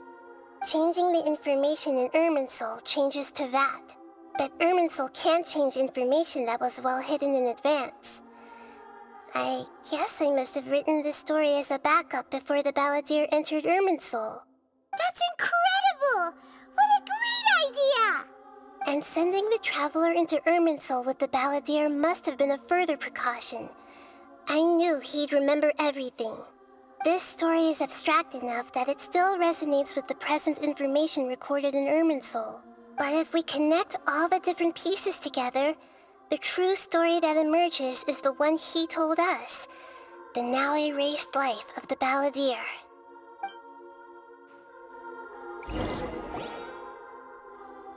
There was once a lone monster draped in fox fur. The monster found a family of foxes, joined them, and they became friends. The monster lived with the family day and night, and everyone treated it as one of their own. Once in a while, the monster would take off its fox fur at night, and lament to itself as it gazed at its reflection in the water. I am a monstrosity, yet they are too foolish to see it. I pity them. But the monster soon found solace when another came to live among the foxes who was not their kin. A kitten, carved from the wood of a white tree who had been abandoned by the humans. The kitten too wished to become a fox, but its tail was too slender and it could not grow a coat of richly colored fur. Yet when the other foxes saw this, they spoke words of comfort to the kitten. Even without a tail and fur like ours, you are still one of us. Furious at this happy resolution, the monster lit a fire on the mountain. The terrified animals panicked as the fire spread. The only way to extinguish the flames was to make a sacrifice. A gray fox stood up and addressed the monster. It said, "You are the cleverest among us. Surely you can help us find a way to solve this." The monster smiled, led the fox toward the fire, and murdered it. The gray fox's heart was turned into a beautiful drop of water, clear, spotless, and pure. The monster gave the heart of water to the kitten, telling him, "The foxes have decided. You are the one who must be sacrificed. Take this, quench the flames, and die for your fox kin." The fire was extinguished, but the kitten lived. It left that side of the mountain and found a little bird who had a broken wing. The two promised they would spend their whole lives together, but the little bird did not have long left to live. It passed away soon after. After burying the bird, the kitten left the mountain for good. Never again would it cherish a single creature nor a single blade of grass that stood on that mountain. The kitten spent the nights wandering aimlessly, gnashing its teeth at the moon. How it wished to swallow the moon and devour the moonlight. If the world could only return to darkness, then it would finally be peaceful and content. I will become the new moon, the answer to everything. Then, no one will know that there were once birds, foxes, and cats in this world. And no one can know that they were different.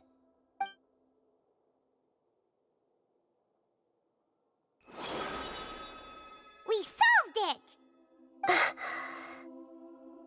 I remember now. This is not just the Balladeer story. It is his very own memories. I made a backup so that it would be preserved no matter what happened. To become a god, he was experimented on and modified countless times. It was brutal torture, and the only reason he was able to survive is that he was a puppet. This memory was extracted from him by the scholars. Presumably, they kept it to have something to defend themselves with. Creating a deity was just the first step. Some of them wanted to be able to control it. That's why they backed up his memory for later use. I buried it deep inside one of my own dreams, and then hid it inside an allegorical story so that it wouldn't be altered. It's hard to believe that this person really existed, let alone that he tried to get rid of us on more than one occasion. Paimon has no memory of him at all. He completely vanished like a puff of smoke. The Balladeer agreed to help me look for information about the Descenders, and although he was unsuccessful, he still helped you. Before he vanished, he confirmed an important detail, that Conria was where your twin first came into this world. We still don't know how the change to Irminsul will affect the senior ranks of the Fatui, but in all likelihood, they won't even remember their own harbinger. It sounds like Paimon wouldn't like this guy a whole lot if he was still around. But still, Paimon doesn't like the way it all ended that much better. This is why wisdom alone cannot answer all our questions. We look, we see, and we comprehend, but the question still troubles us. So the answer is not everything. People yearn to find the truth and then conquer the troubles they face. When you give someone the truth, you give them a chance to choose their own destiny. To others looking on, this may seem like a pointless endeavor, but for him, the chance to act on his desire to disappear must have meant a lot. Never forget that even when we walk beneath dark clouds along a road filled with suffering, the light of wisdom is always there, guiding us toward a better destination. And that is what you have been doing all along. Yeah, Nahida's right. Cheer up! How about we go get something to eat? We can pick up this heavy conversation again later. Good idea. Paimon, why don't you take him out for a walk to clear his head? You got it! Come on, Traveler! You need to get out of your head for a while. You'll feel much better after taking a walk. Let's go get a snack from one of the stalls in the Grand Bazaar! That'll be sure to lift our spirits! There's a few things I'd like to look into. You should go take a walk and try to unwind.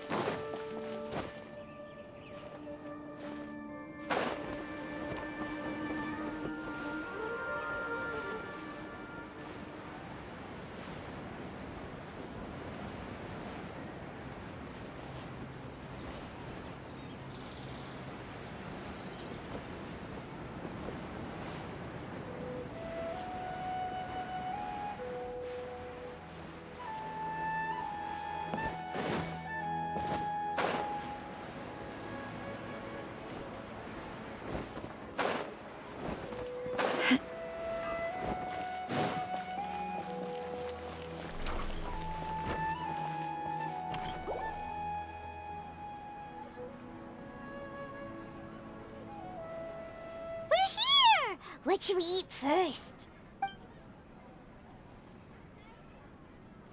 Hey, are you gonna answer or what?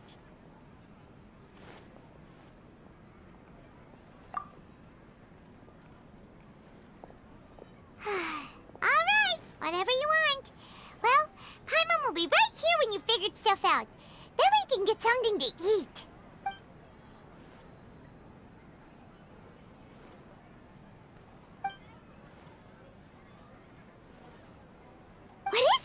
Have you figured it all out?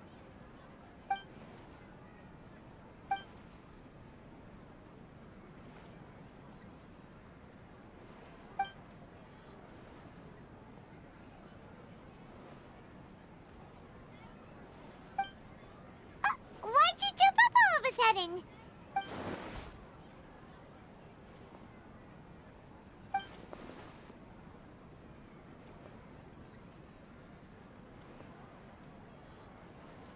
Excuse me, boss. There seems to be a small problem with the last bill. Look, here.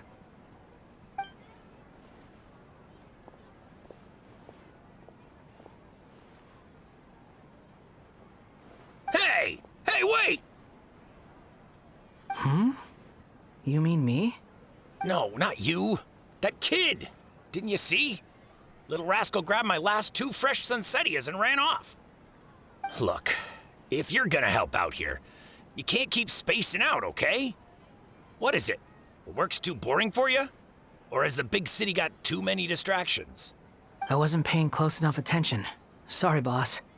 I think you're right. Maybe it's the city. It's so exciting. It can be hard to focus.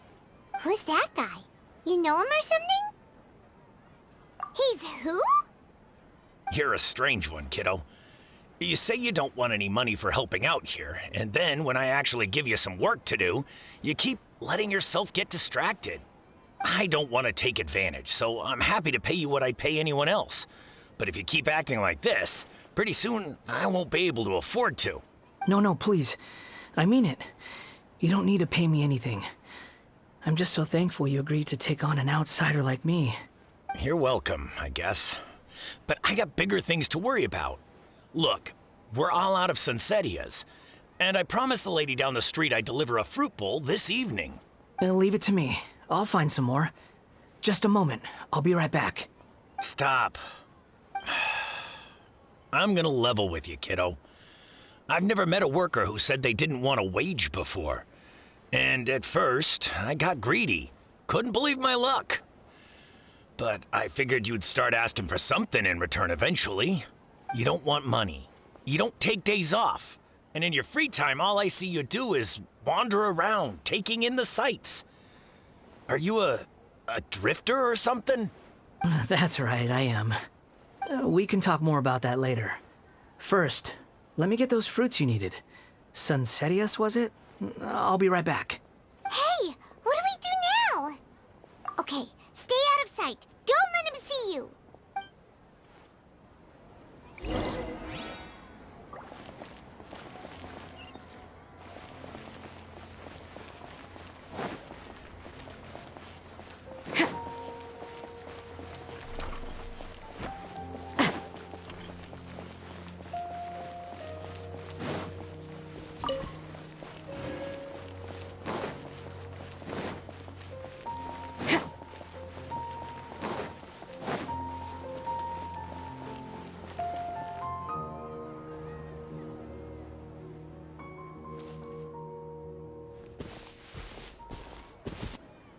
Yeah, this'll do. Even though you say he's the Balladeer, what are we planning on doing? Stealing his Sunsetias? Isn't that a bit too cruel? Oh, alright. This should be enough. Guess I should wash them before I take them back. Huh? You two over there. Is there something I can help you with? He spotted us! You've been following me all the way from the city. I'd have to be blind not to notice. Have we met before? No, we haven't met. But you know me? I have no recollection. Are you absolutely sure? Sorry, but I just can't take your word for it.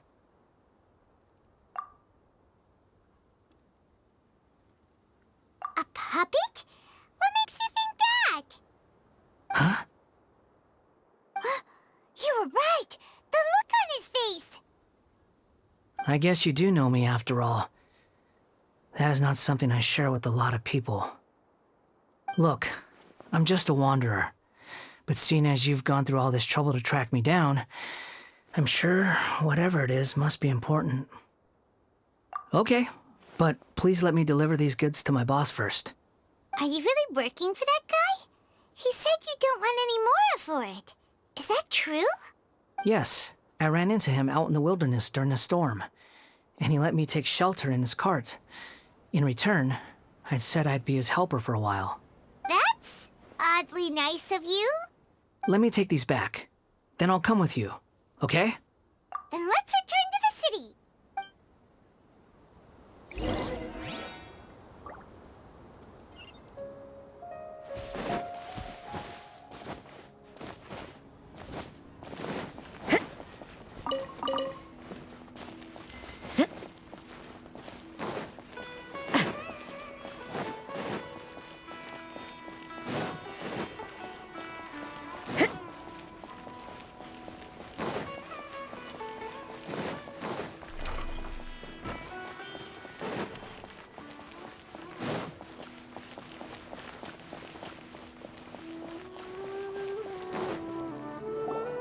Here you go, boss. I'll leave them right here. Oh, you really went and picked some more. Who are these two? Something's come up, and they need to borrow me. Sorry, boss. I'm afraid I'll be away from the stall for a while. I was just about to pay you anyway. Go wherever you want, kid. Don't waste your time here. What? I get it, okay? You just wanted to help me out, to thank me for giving you shelter from the rain that day. Even then, I don't understand why you're so adamant that you don't want any pay for it. But look, it was pouring down, and there you were, sauntering along without a care in the world, like you had nowhere to be and didn't even care that it was raining. Imagine you were me for a second. It's a little weird, right? Why is this guy traveling during a rainstorm if he's not trying to get somewhere? And why is he taking a shortcut through the open country if he's not even in a hurry? But anyway, taking you in didn't put me out even slightly. You don't owe me a thing for it. Certainly not all this. Your time is valuable. You know, you should go live your life. But I don't...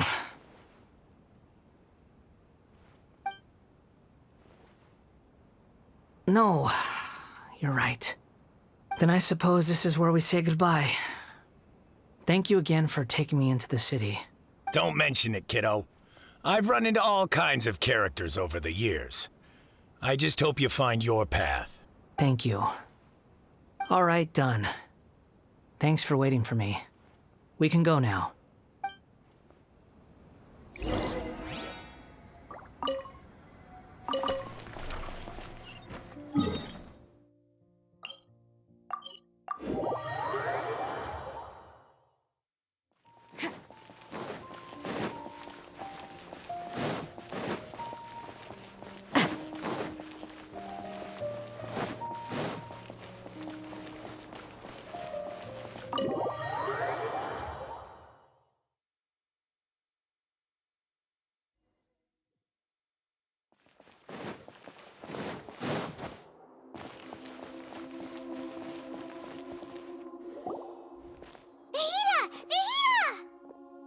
What's wrong?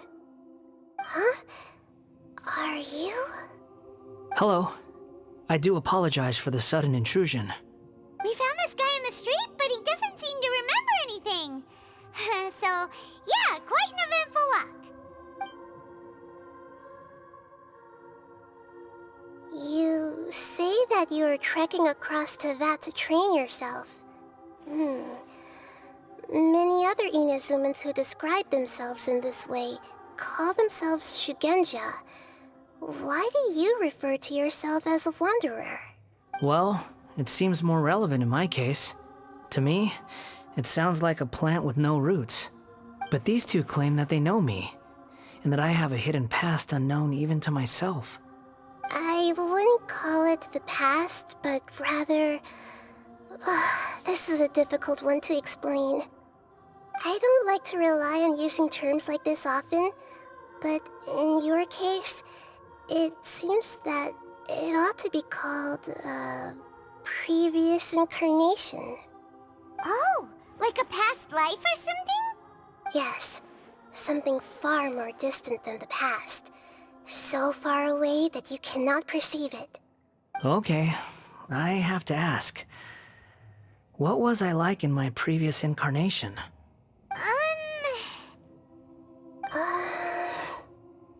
Oh, okay. I see. You want to tell me, but you can't bring yourselves to say it. Looks like I didn't have the most wonderful existence in my previous incarnation. If it's that difficult to talk about, I have no doubt it will be just as difficult to hear, but I'll be able to handle it. Please, tell me the truth. Is truth something you care a lot about? Yes. Then I'll be straight with you. In your previous incarnation, you did many things that would be considered evil. You nearly died because of what other people did, and many died because of you. As a non-human being, you hated gods and humans alike. You drifted from place to place, never able to settle, even where you found status and identity. You adamantly believed that you were missing a heart, Actions rooted in persistence sometimes bear bitter fruit. Sometimes, you have to let parts of yourself go, or you'll never be happy.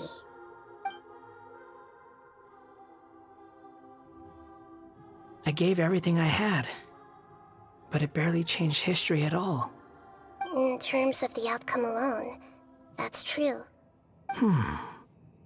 I don't think I can judge everything I've heard purely in terms of right and wrong.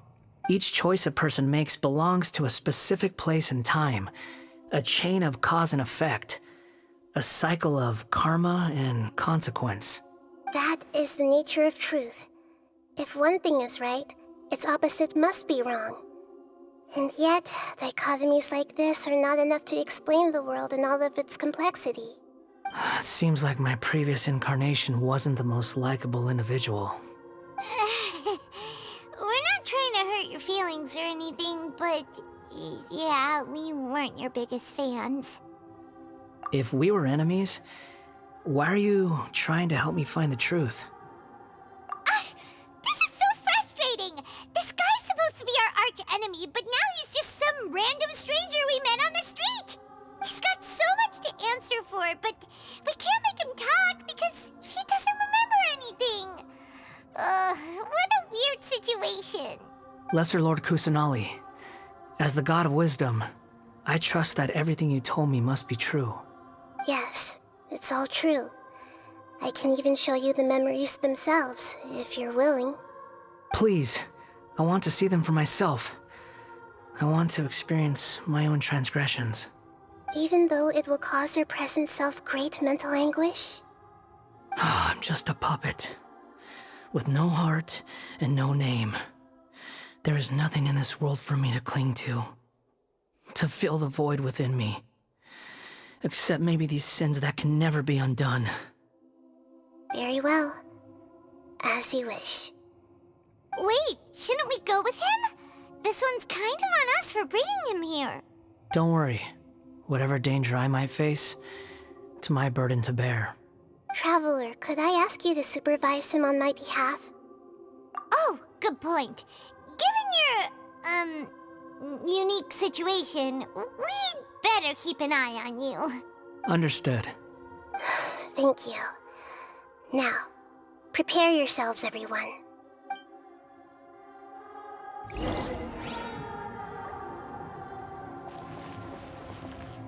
It's time to get ready.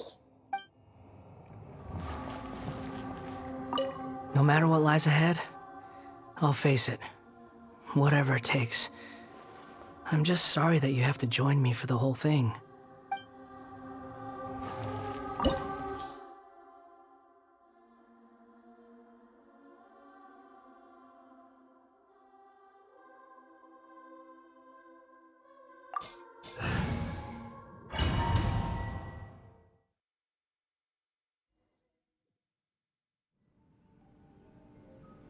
This looks like Inazuma. Right now, you're in a dream I created using information extracted from your memories. These memories will show you the raw truth, but be aware that enemies may react just like in the real world. Please be careful. Sounds like an immersive experience. It's a good thing we came along. You don't need to do this for me. I don't deserve your protection. We never give up halfway. Well, we had to once, but that was your doing. All right. Thanks. Wanderer, this is the Shake Pavilion. In your Balladeer incarnation, this is where the Electro Archon placed you after your creation. You had a great many memories here. Is that because this is kind of like his birthplace? You could say that, in a sense. You'll see why shortly. I hear footsteps. This place is huge. I can't believe the landslide didn't fill it in. I wonder who built it. The Crystal Marrow Miners? No, there's no way. Look at this exquisite construction work, and so well preserved, too. No mining crew would be capable of this. There's someone passed out on the ground. Who are you? You're awake. What happened? How'd you get stuck here? Are you injured? Not a scratch. And these fine clothes. Who are you? This man is Katsuragi, deputy to Torichiyo's adopted son, Mikoshi Nagamasa. He found the Balladeer in Shake Pavilion and took him back to Tatarasuna. And the rest is history. Well, it used to be. In the original version of events, Katsuragi was ultimately killed by Nagamasa.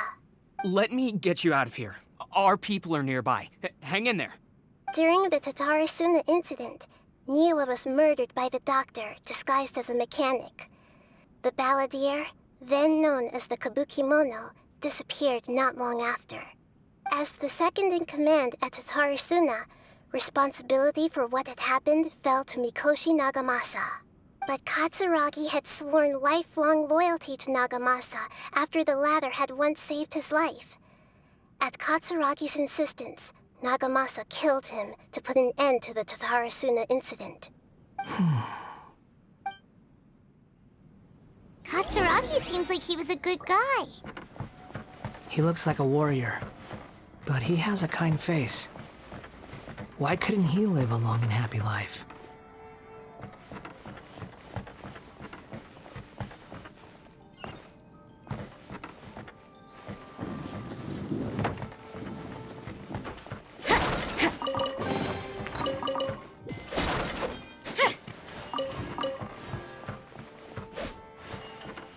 Nagamasa, I found this young guy in a cave sealed off by a landslide. He doesn't remember his name. Well, we need to call you something. I hear the workers are calling you the Kabukimono. That's fine with me. Katsuragi, report to Niwa. Tell him we have someone new joining us.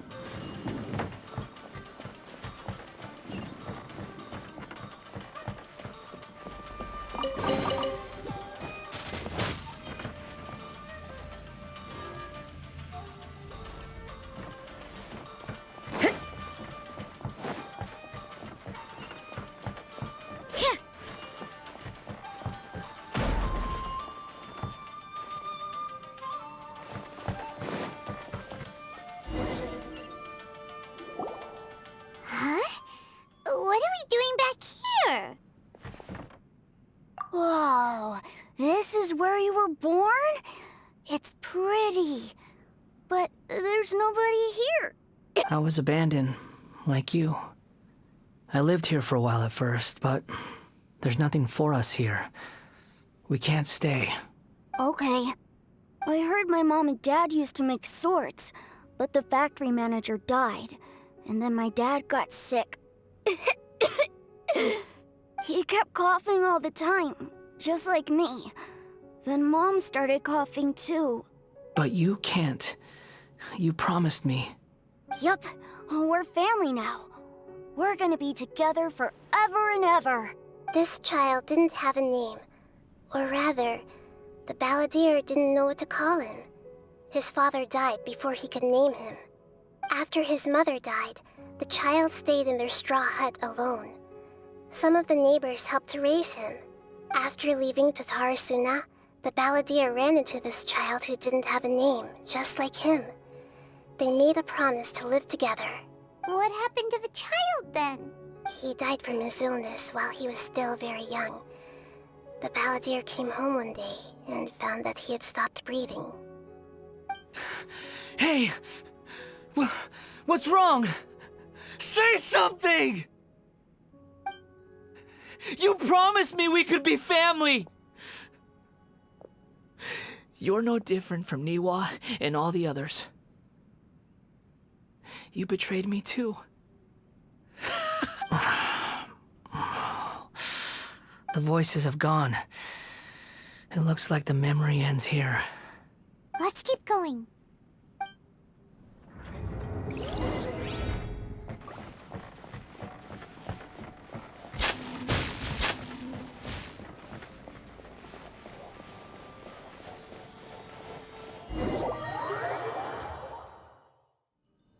You do realize you're blocking my path.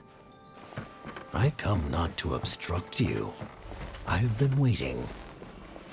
What you are truly is a weapon One that could be wielded with an iron will. Or continue to drift aimlessly. Are you trying to win me over? Long-fated rebellion has begun. Why not take your place at the banquet and join those who shall feast?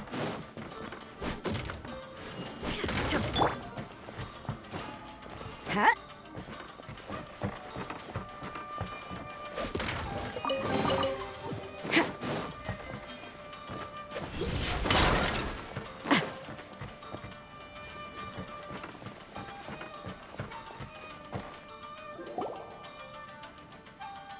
This place is dark. Paimon knows this place. It's the Delusion Factory in Inazuma.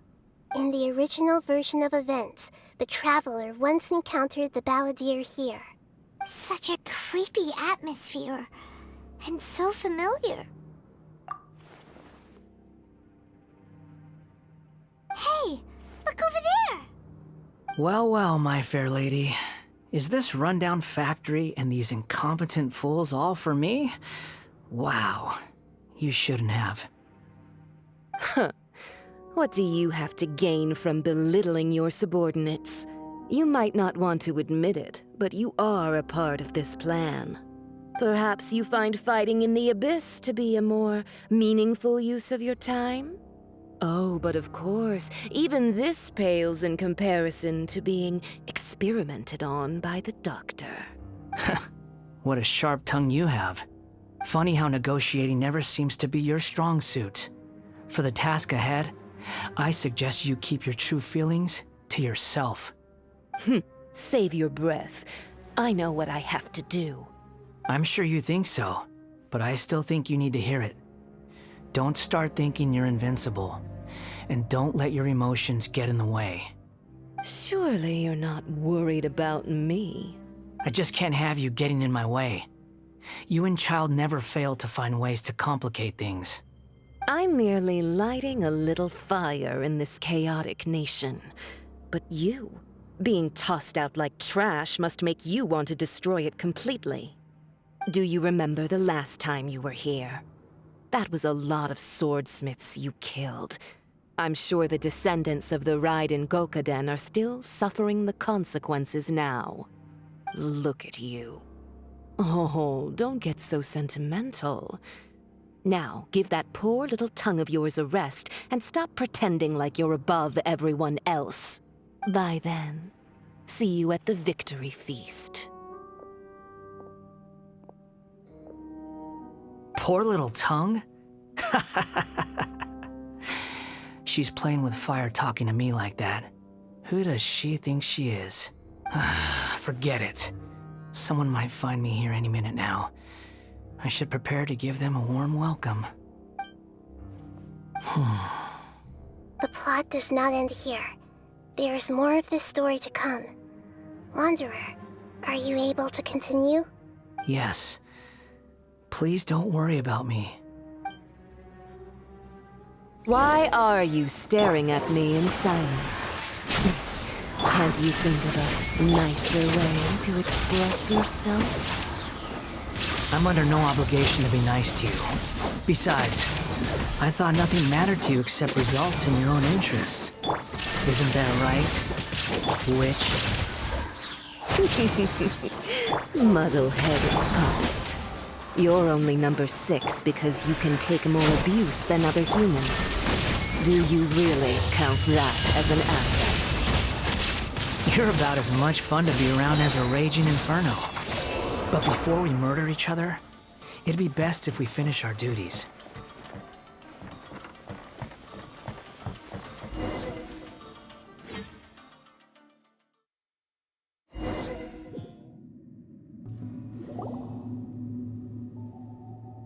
Looks like we've arrived in Sumeru. Is that? Considering that Amorta's sage, Nafis, refused to join this project, I'll take part in the experiment in his place. Welcome. I look forward to a fruitful collaboration. When do we start? You seem impatient. You should know that becoming a god is far from a trivial affair. The biological transformation is a lengthy process. As such, I too would recommend that we commence as soon as possible. In the event that a successful connection is established, his body will become permanently bound to the machine, and he will be unable to move independently of it. Nothing worse than what I've been through before then, Doctor. You were the most resilient test subject I ever came across. Thanks to you, I was able to garner a great deal of information. Alas, after that, you were under orders to remain in the abyss. We barely saw each other, and it became difficult to further refine the knowledge I had gained. That was gracefully worded. Ever wonder what they think if they knew that nothing matters to you, apart from your crazy experiments? I suggest you speak to me in a more respectful tone, Scaramouche. The mere fact of your utility does not make you indestructible. The doctor again? That was uncomfortable to watch. That person gives off a very sinister energy. It's normal for him to give you the creeps. He scares the bejeebers out of Paimon. Let's move on.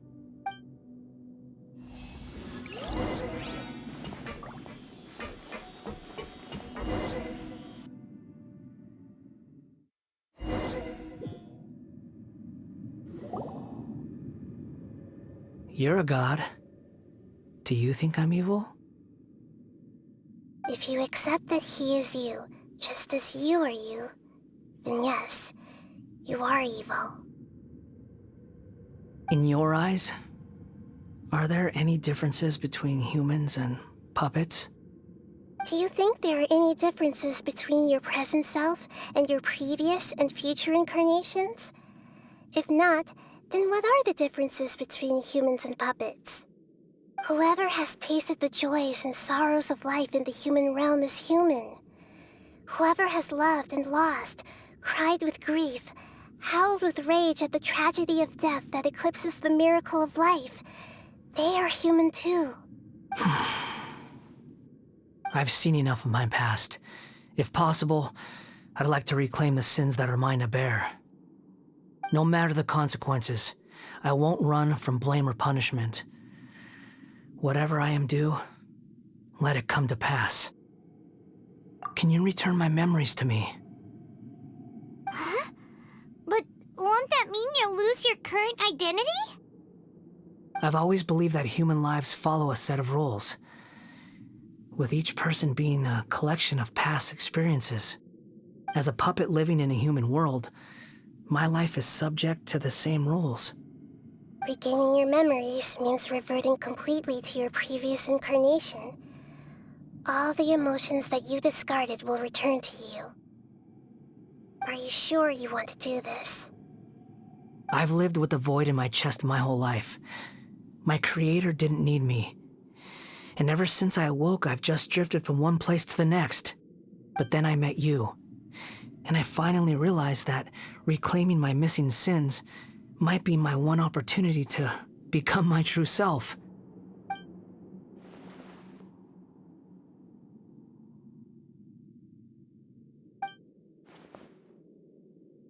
I've always felt I have an innate tendency to yearn for something more, in a way that goes deeper than for most people.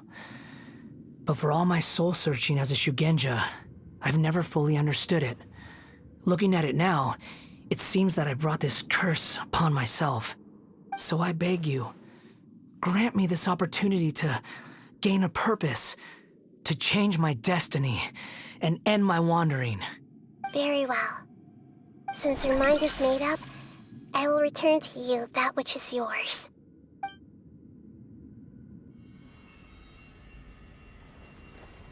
You have made your decision. Now, take this.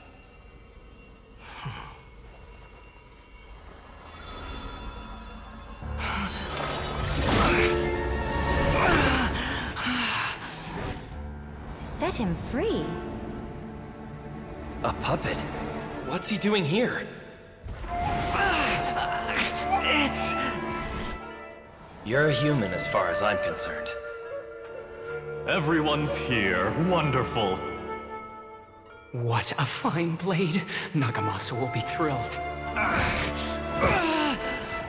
This is my...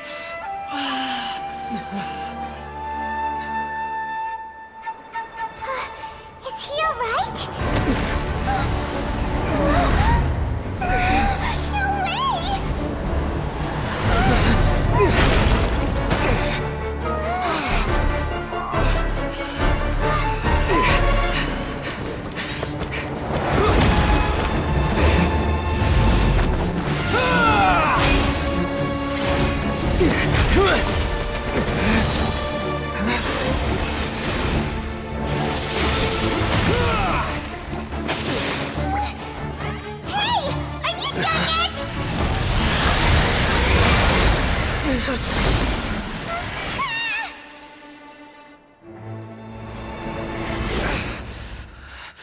All worthless dross will be purged.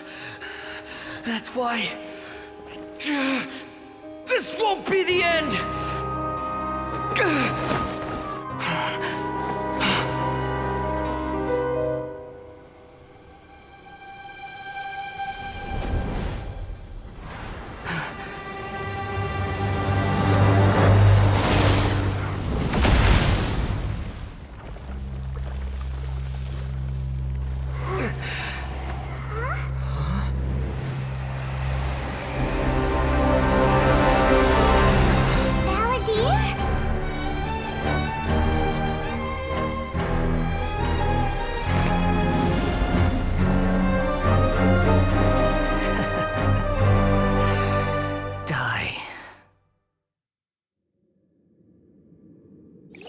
This is trying my patience.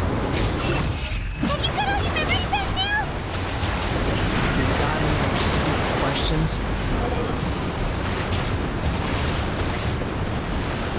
Ha! Feeble human! The wind rises.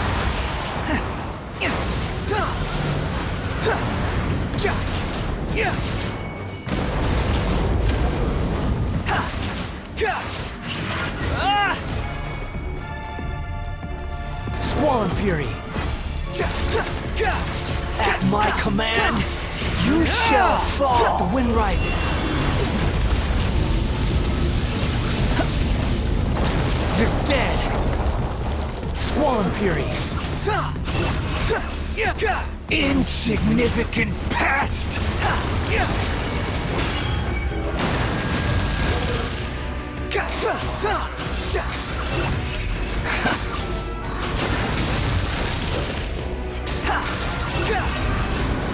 Sure!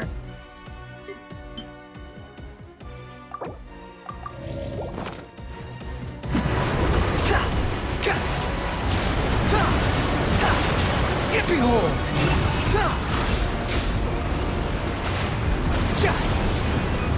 My endless cycle begins! Squall Fury!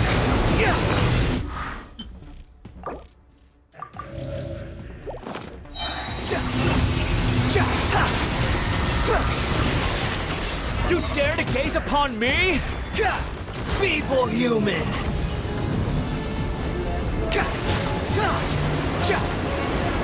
The wind rises.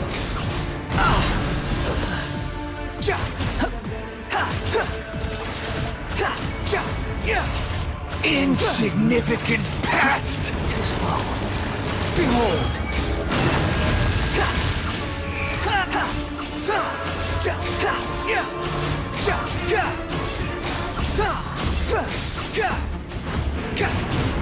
Sure!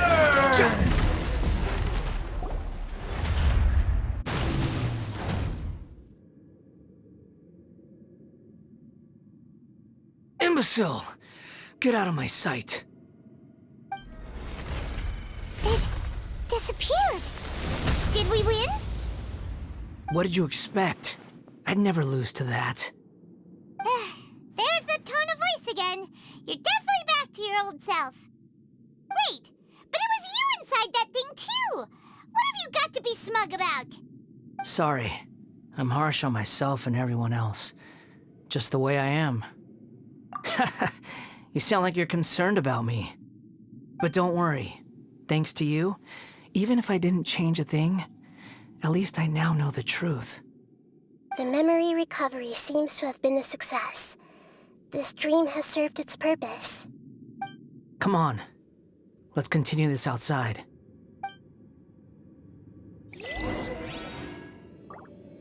Yahoo!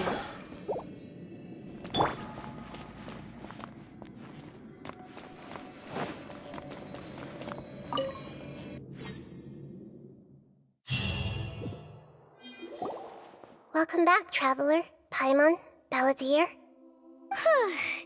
It feels like we just went on a really long journey. Paimon's exhausted. You don't like being addressed by that name? It's fine. But I was just thinking, I should probably change it. After learning about everything the doctor did, there's no way I can carry on using a name connected to him. I'm not planning on returning to the Fatui, and they wouldn't take me back anyway. Recent events will have affected a lot of people, and they might not even remember who the sixth is. So, you're quitting the Fatui for good? It's like you said, Lesser Lord Kusanali. Everything may look futile, but it wasn't completely meaningless. At least I made a lot of people forget about me. But that doesn't mean your own past has disappeared. Of course. And your main goal, for which you gave up everything you had, you weren't able to achieve it. I hope you can see and understand that. Changing the world, changing the past, changing the fates of other people, these are not simple things to accomplish. What you are looking for is complete annihilation. But this is just a fantasy. Even if the Balladeer is removed from existence, the world will not heed your will. Indeed. How ridiculous. Do you regret doing all that when you've gotten so little in return? Even if I'm completely worthless, there's nothing in the world worth regretting. Lesser Lord Kusanali, you purposely left that information in Irminsul, didn't you? Yes, and I took pains to make sure that you'd acquire that information naturally. Why would you go to such lengths? You trying to win me over too? In all honesty, your past experiences have made you a useful asset to Sumeru and to me. Winning you over was indeed a part of my plan. But before that, I wanted to tell you the truth about your past. If all I wanted to do was use you, then I'd be no different from the doctor. Very clever. I guess you could say that's one of my virtues. Utility to others is what gives me worth. So if embracing my sins is what it takes to make me useful again, so be it. Oh right, I almost forgot. You're the good guys. You're into justice and all that. Sorry if I have a slightly different perspective on things, but I don't feel like I've been duped. The wisest leaders are fated to end up with the best helpers. I can live with that. I'm glad you're able to think of it in that way. Traveler, in the future, I'll continue to search Irminsul more deeply and see what secrets can be uncovered, including the beginning of your twins' journey recorded in Irminsul. What exactly happened before and after that point? I want to know as well. I will try. Traveler. After I dove into the information torrent in Irminsul, why did you go to Inazuma? So that's how you found out whose fate had changed. And how. Well, whatever your reasons, you did me a favor, and I'll do everything I can to pay it back. Borrowing and returning are the only real relationships between individuals. I'll balance the books one day. Don't you worry. That's not true. A relationship between two people is not simply a ledger that can be reset to zero. I think deep down you realize this. People who show up in your life don't just evaporate like water drops and leave nothing behind. There is no such thing as balancing the books. Some things in this world can never be brought back, and they can never be changed. which is why there is emotion in the human world. Everything that you feel is real and lasting, and whatever is missing in you will not be made whole. To be human is to live with imperfections. You can choose whether or not you want to be human. But humans can't live without a heart, can they? Anyway, I gave up trying to become a human a long time ago. You understand what pain is perfectly well, even without a heart. You're just bearing your feelings. The past is set in stone, but you can keep moving on. And the longer your future lasts, the shorter your past will become, until one day, it is but a tiny fraction of your life.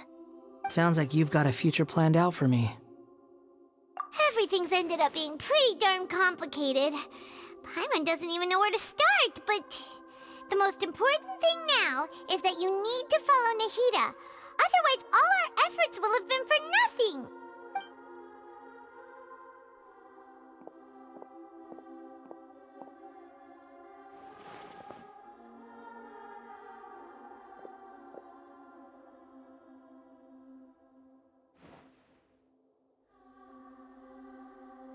Then I guess I'll be helping you from behind the scenes from now on. I'm glad that you've accepted our proposal.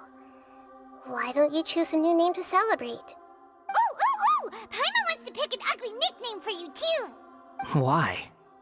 Because Paimon still doesn't like you that much. Then I hope we don't see much of each other in the future. A name is life's first gift. You didn't say it out loud, but I know that's what you're thinking.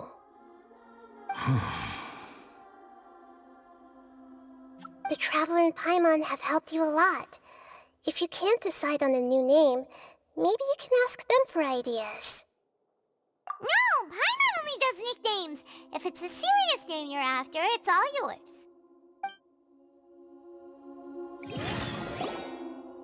Have you got anything?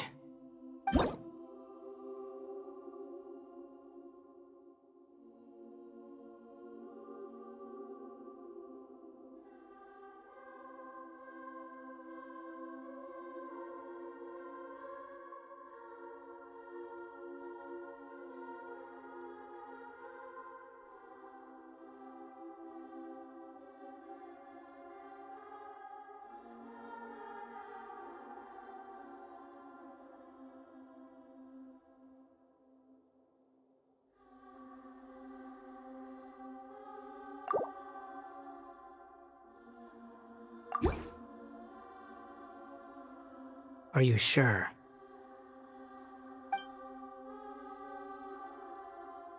Oh, all right. If you say so.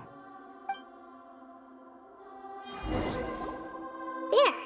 Now you have a name of your own. What about a nickname? Are you done yet? Still thinking. Stop rushing me! Take your time. I don't need to see you again until you've thought of one. Everyone who manipulated me and made me suffer will have to pay the price. You mean the Fatui? The doctor, at least. Now that your stance has changed, I believe your future path will change accordingly. But it won't be immediate.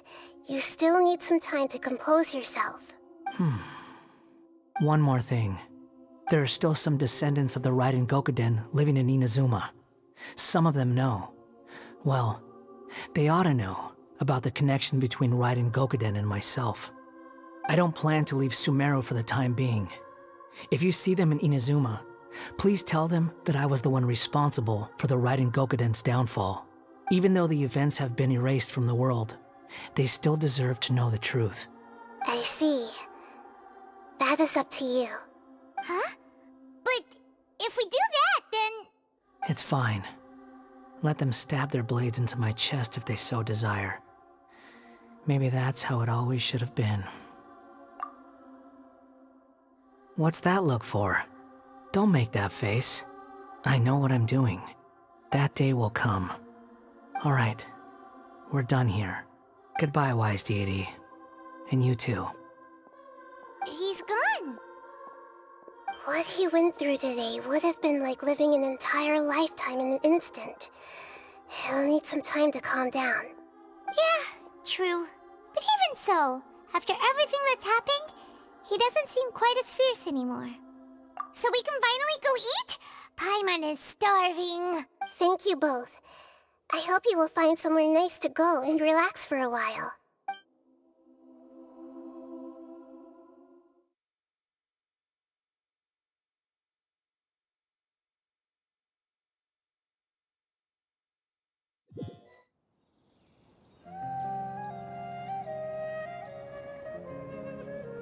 I've got it! I can end my novel with some words from Mikoshi Nagamasa. You mean because everyone else in the story is dead? Yeah, I heard that Mikoshi Nagamasa died at a ripe old age. He's the perfect fit to be the narrator of the epilogue. The dark clouds had dissipated, but they continued to cast their shadow in Mikoshi Nagamasa's mind for decades to come. Then, one night, as an old man, he had a dream. On the night when that prized blade, the Daitatara Nagamasa, was forged, the people rejoiced, and there was painting, dancing, and drinking. All these expressions of joy melted down in the furnace fire and turned into red clouds that rallied around the final sunrise that Mikoshi Nagamasa saw in his lifetime. Life is a story too long to be told, a journey that you must walk to behold.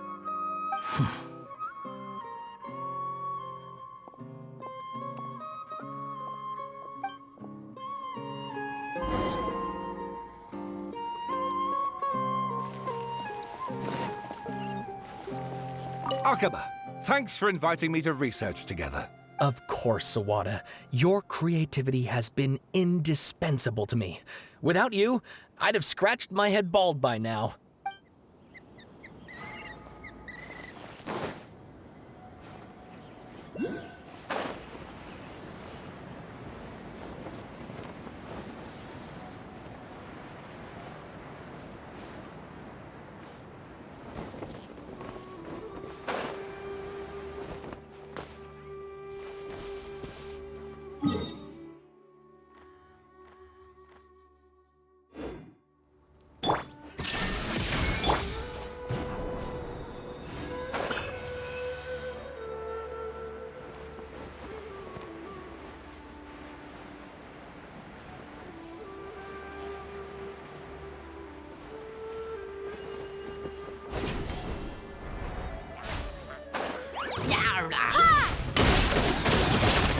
There is no escape! Manifest!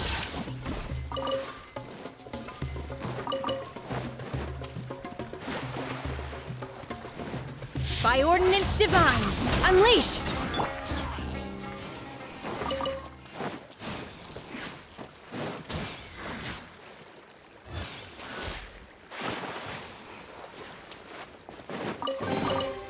I suppose it wasn't too much trouble. Manifest!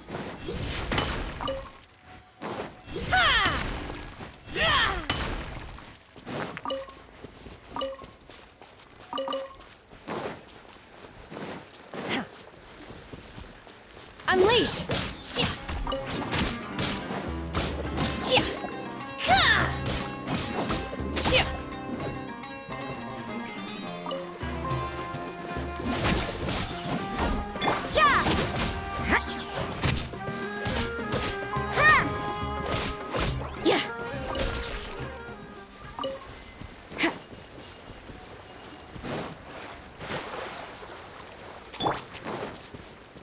Time for takeoff. New illusion shattered! Manifest! You can't run!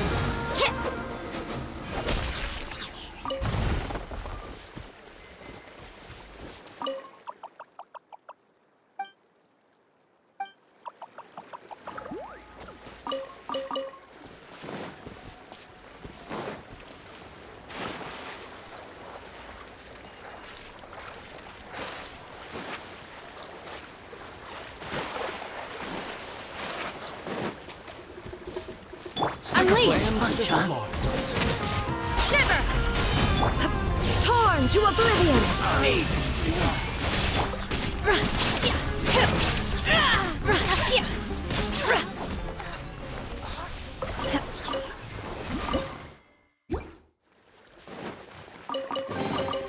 Adepti treasures have special powers. What about mortal ones?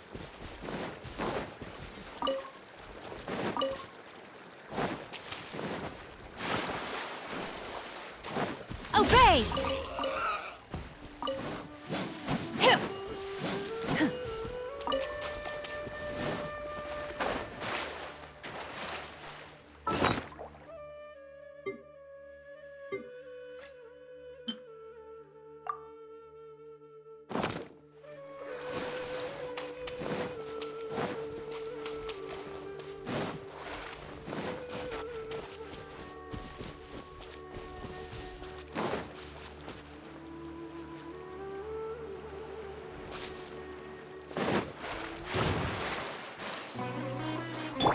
Think you can get away?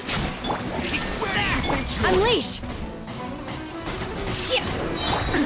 Absurd! Judgment! Ha! I'll be back.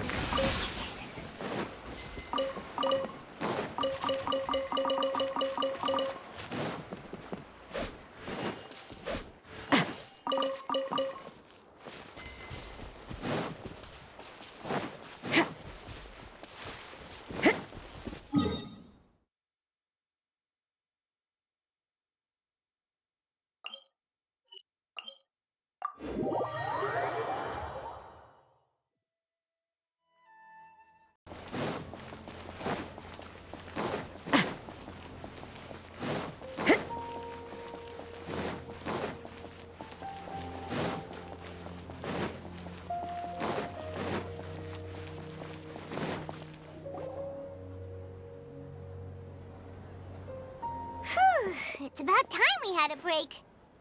As soon as you stop, all the tiredness and hunger comes rushing back. Wow, great! Huh? Look at the vase. Did someone break it while they were cleaning the room or something? But Paimon doesn't remember there being a cleaner.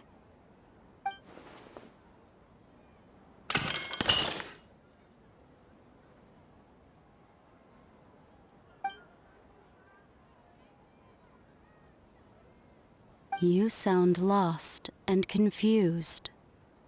I know why you are troubled. Any who knew of this would find their mind overwhelmed. Huh? Is there someone here talking to us? Unfortunately, the fate of Tevat cannot easily be changed. Perhaps a god may have a slim chance, but for anyone else... Who can say?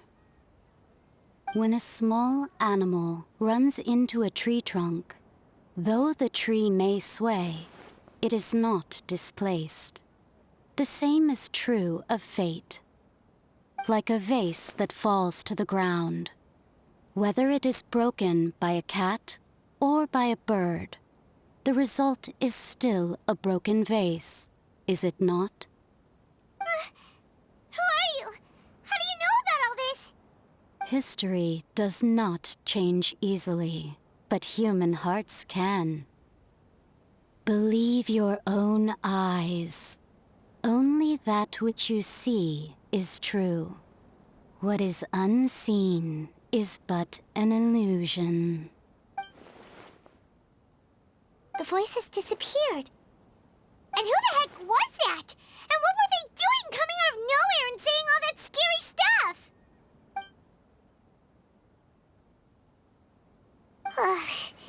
Anyway, that face is still lying there broken on the ground.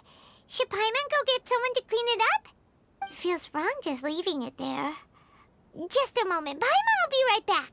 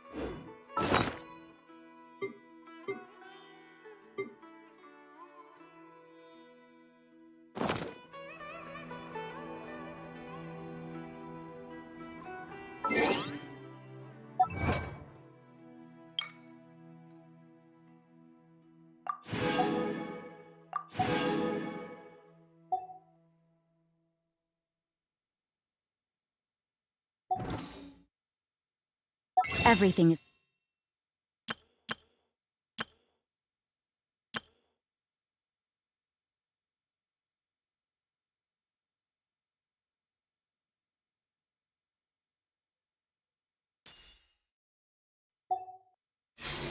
negotiable, except...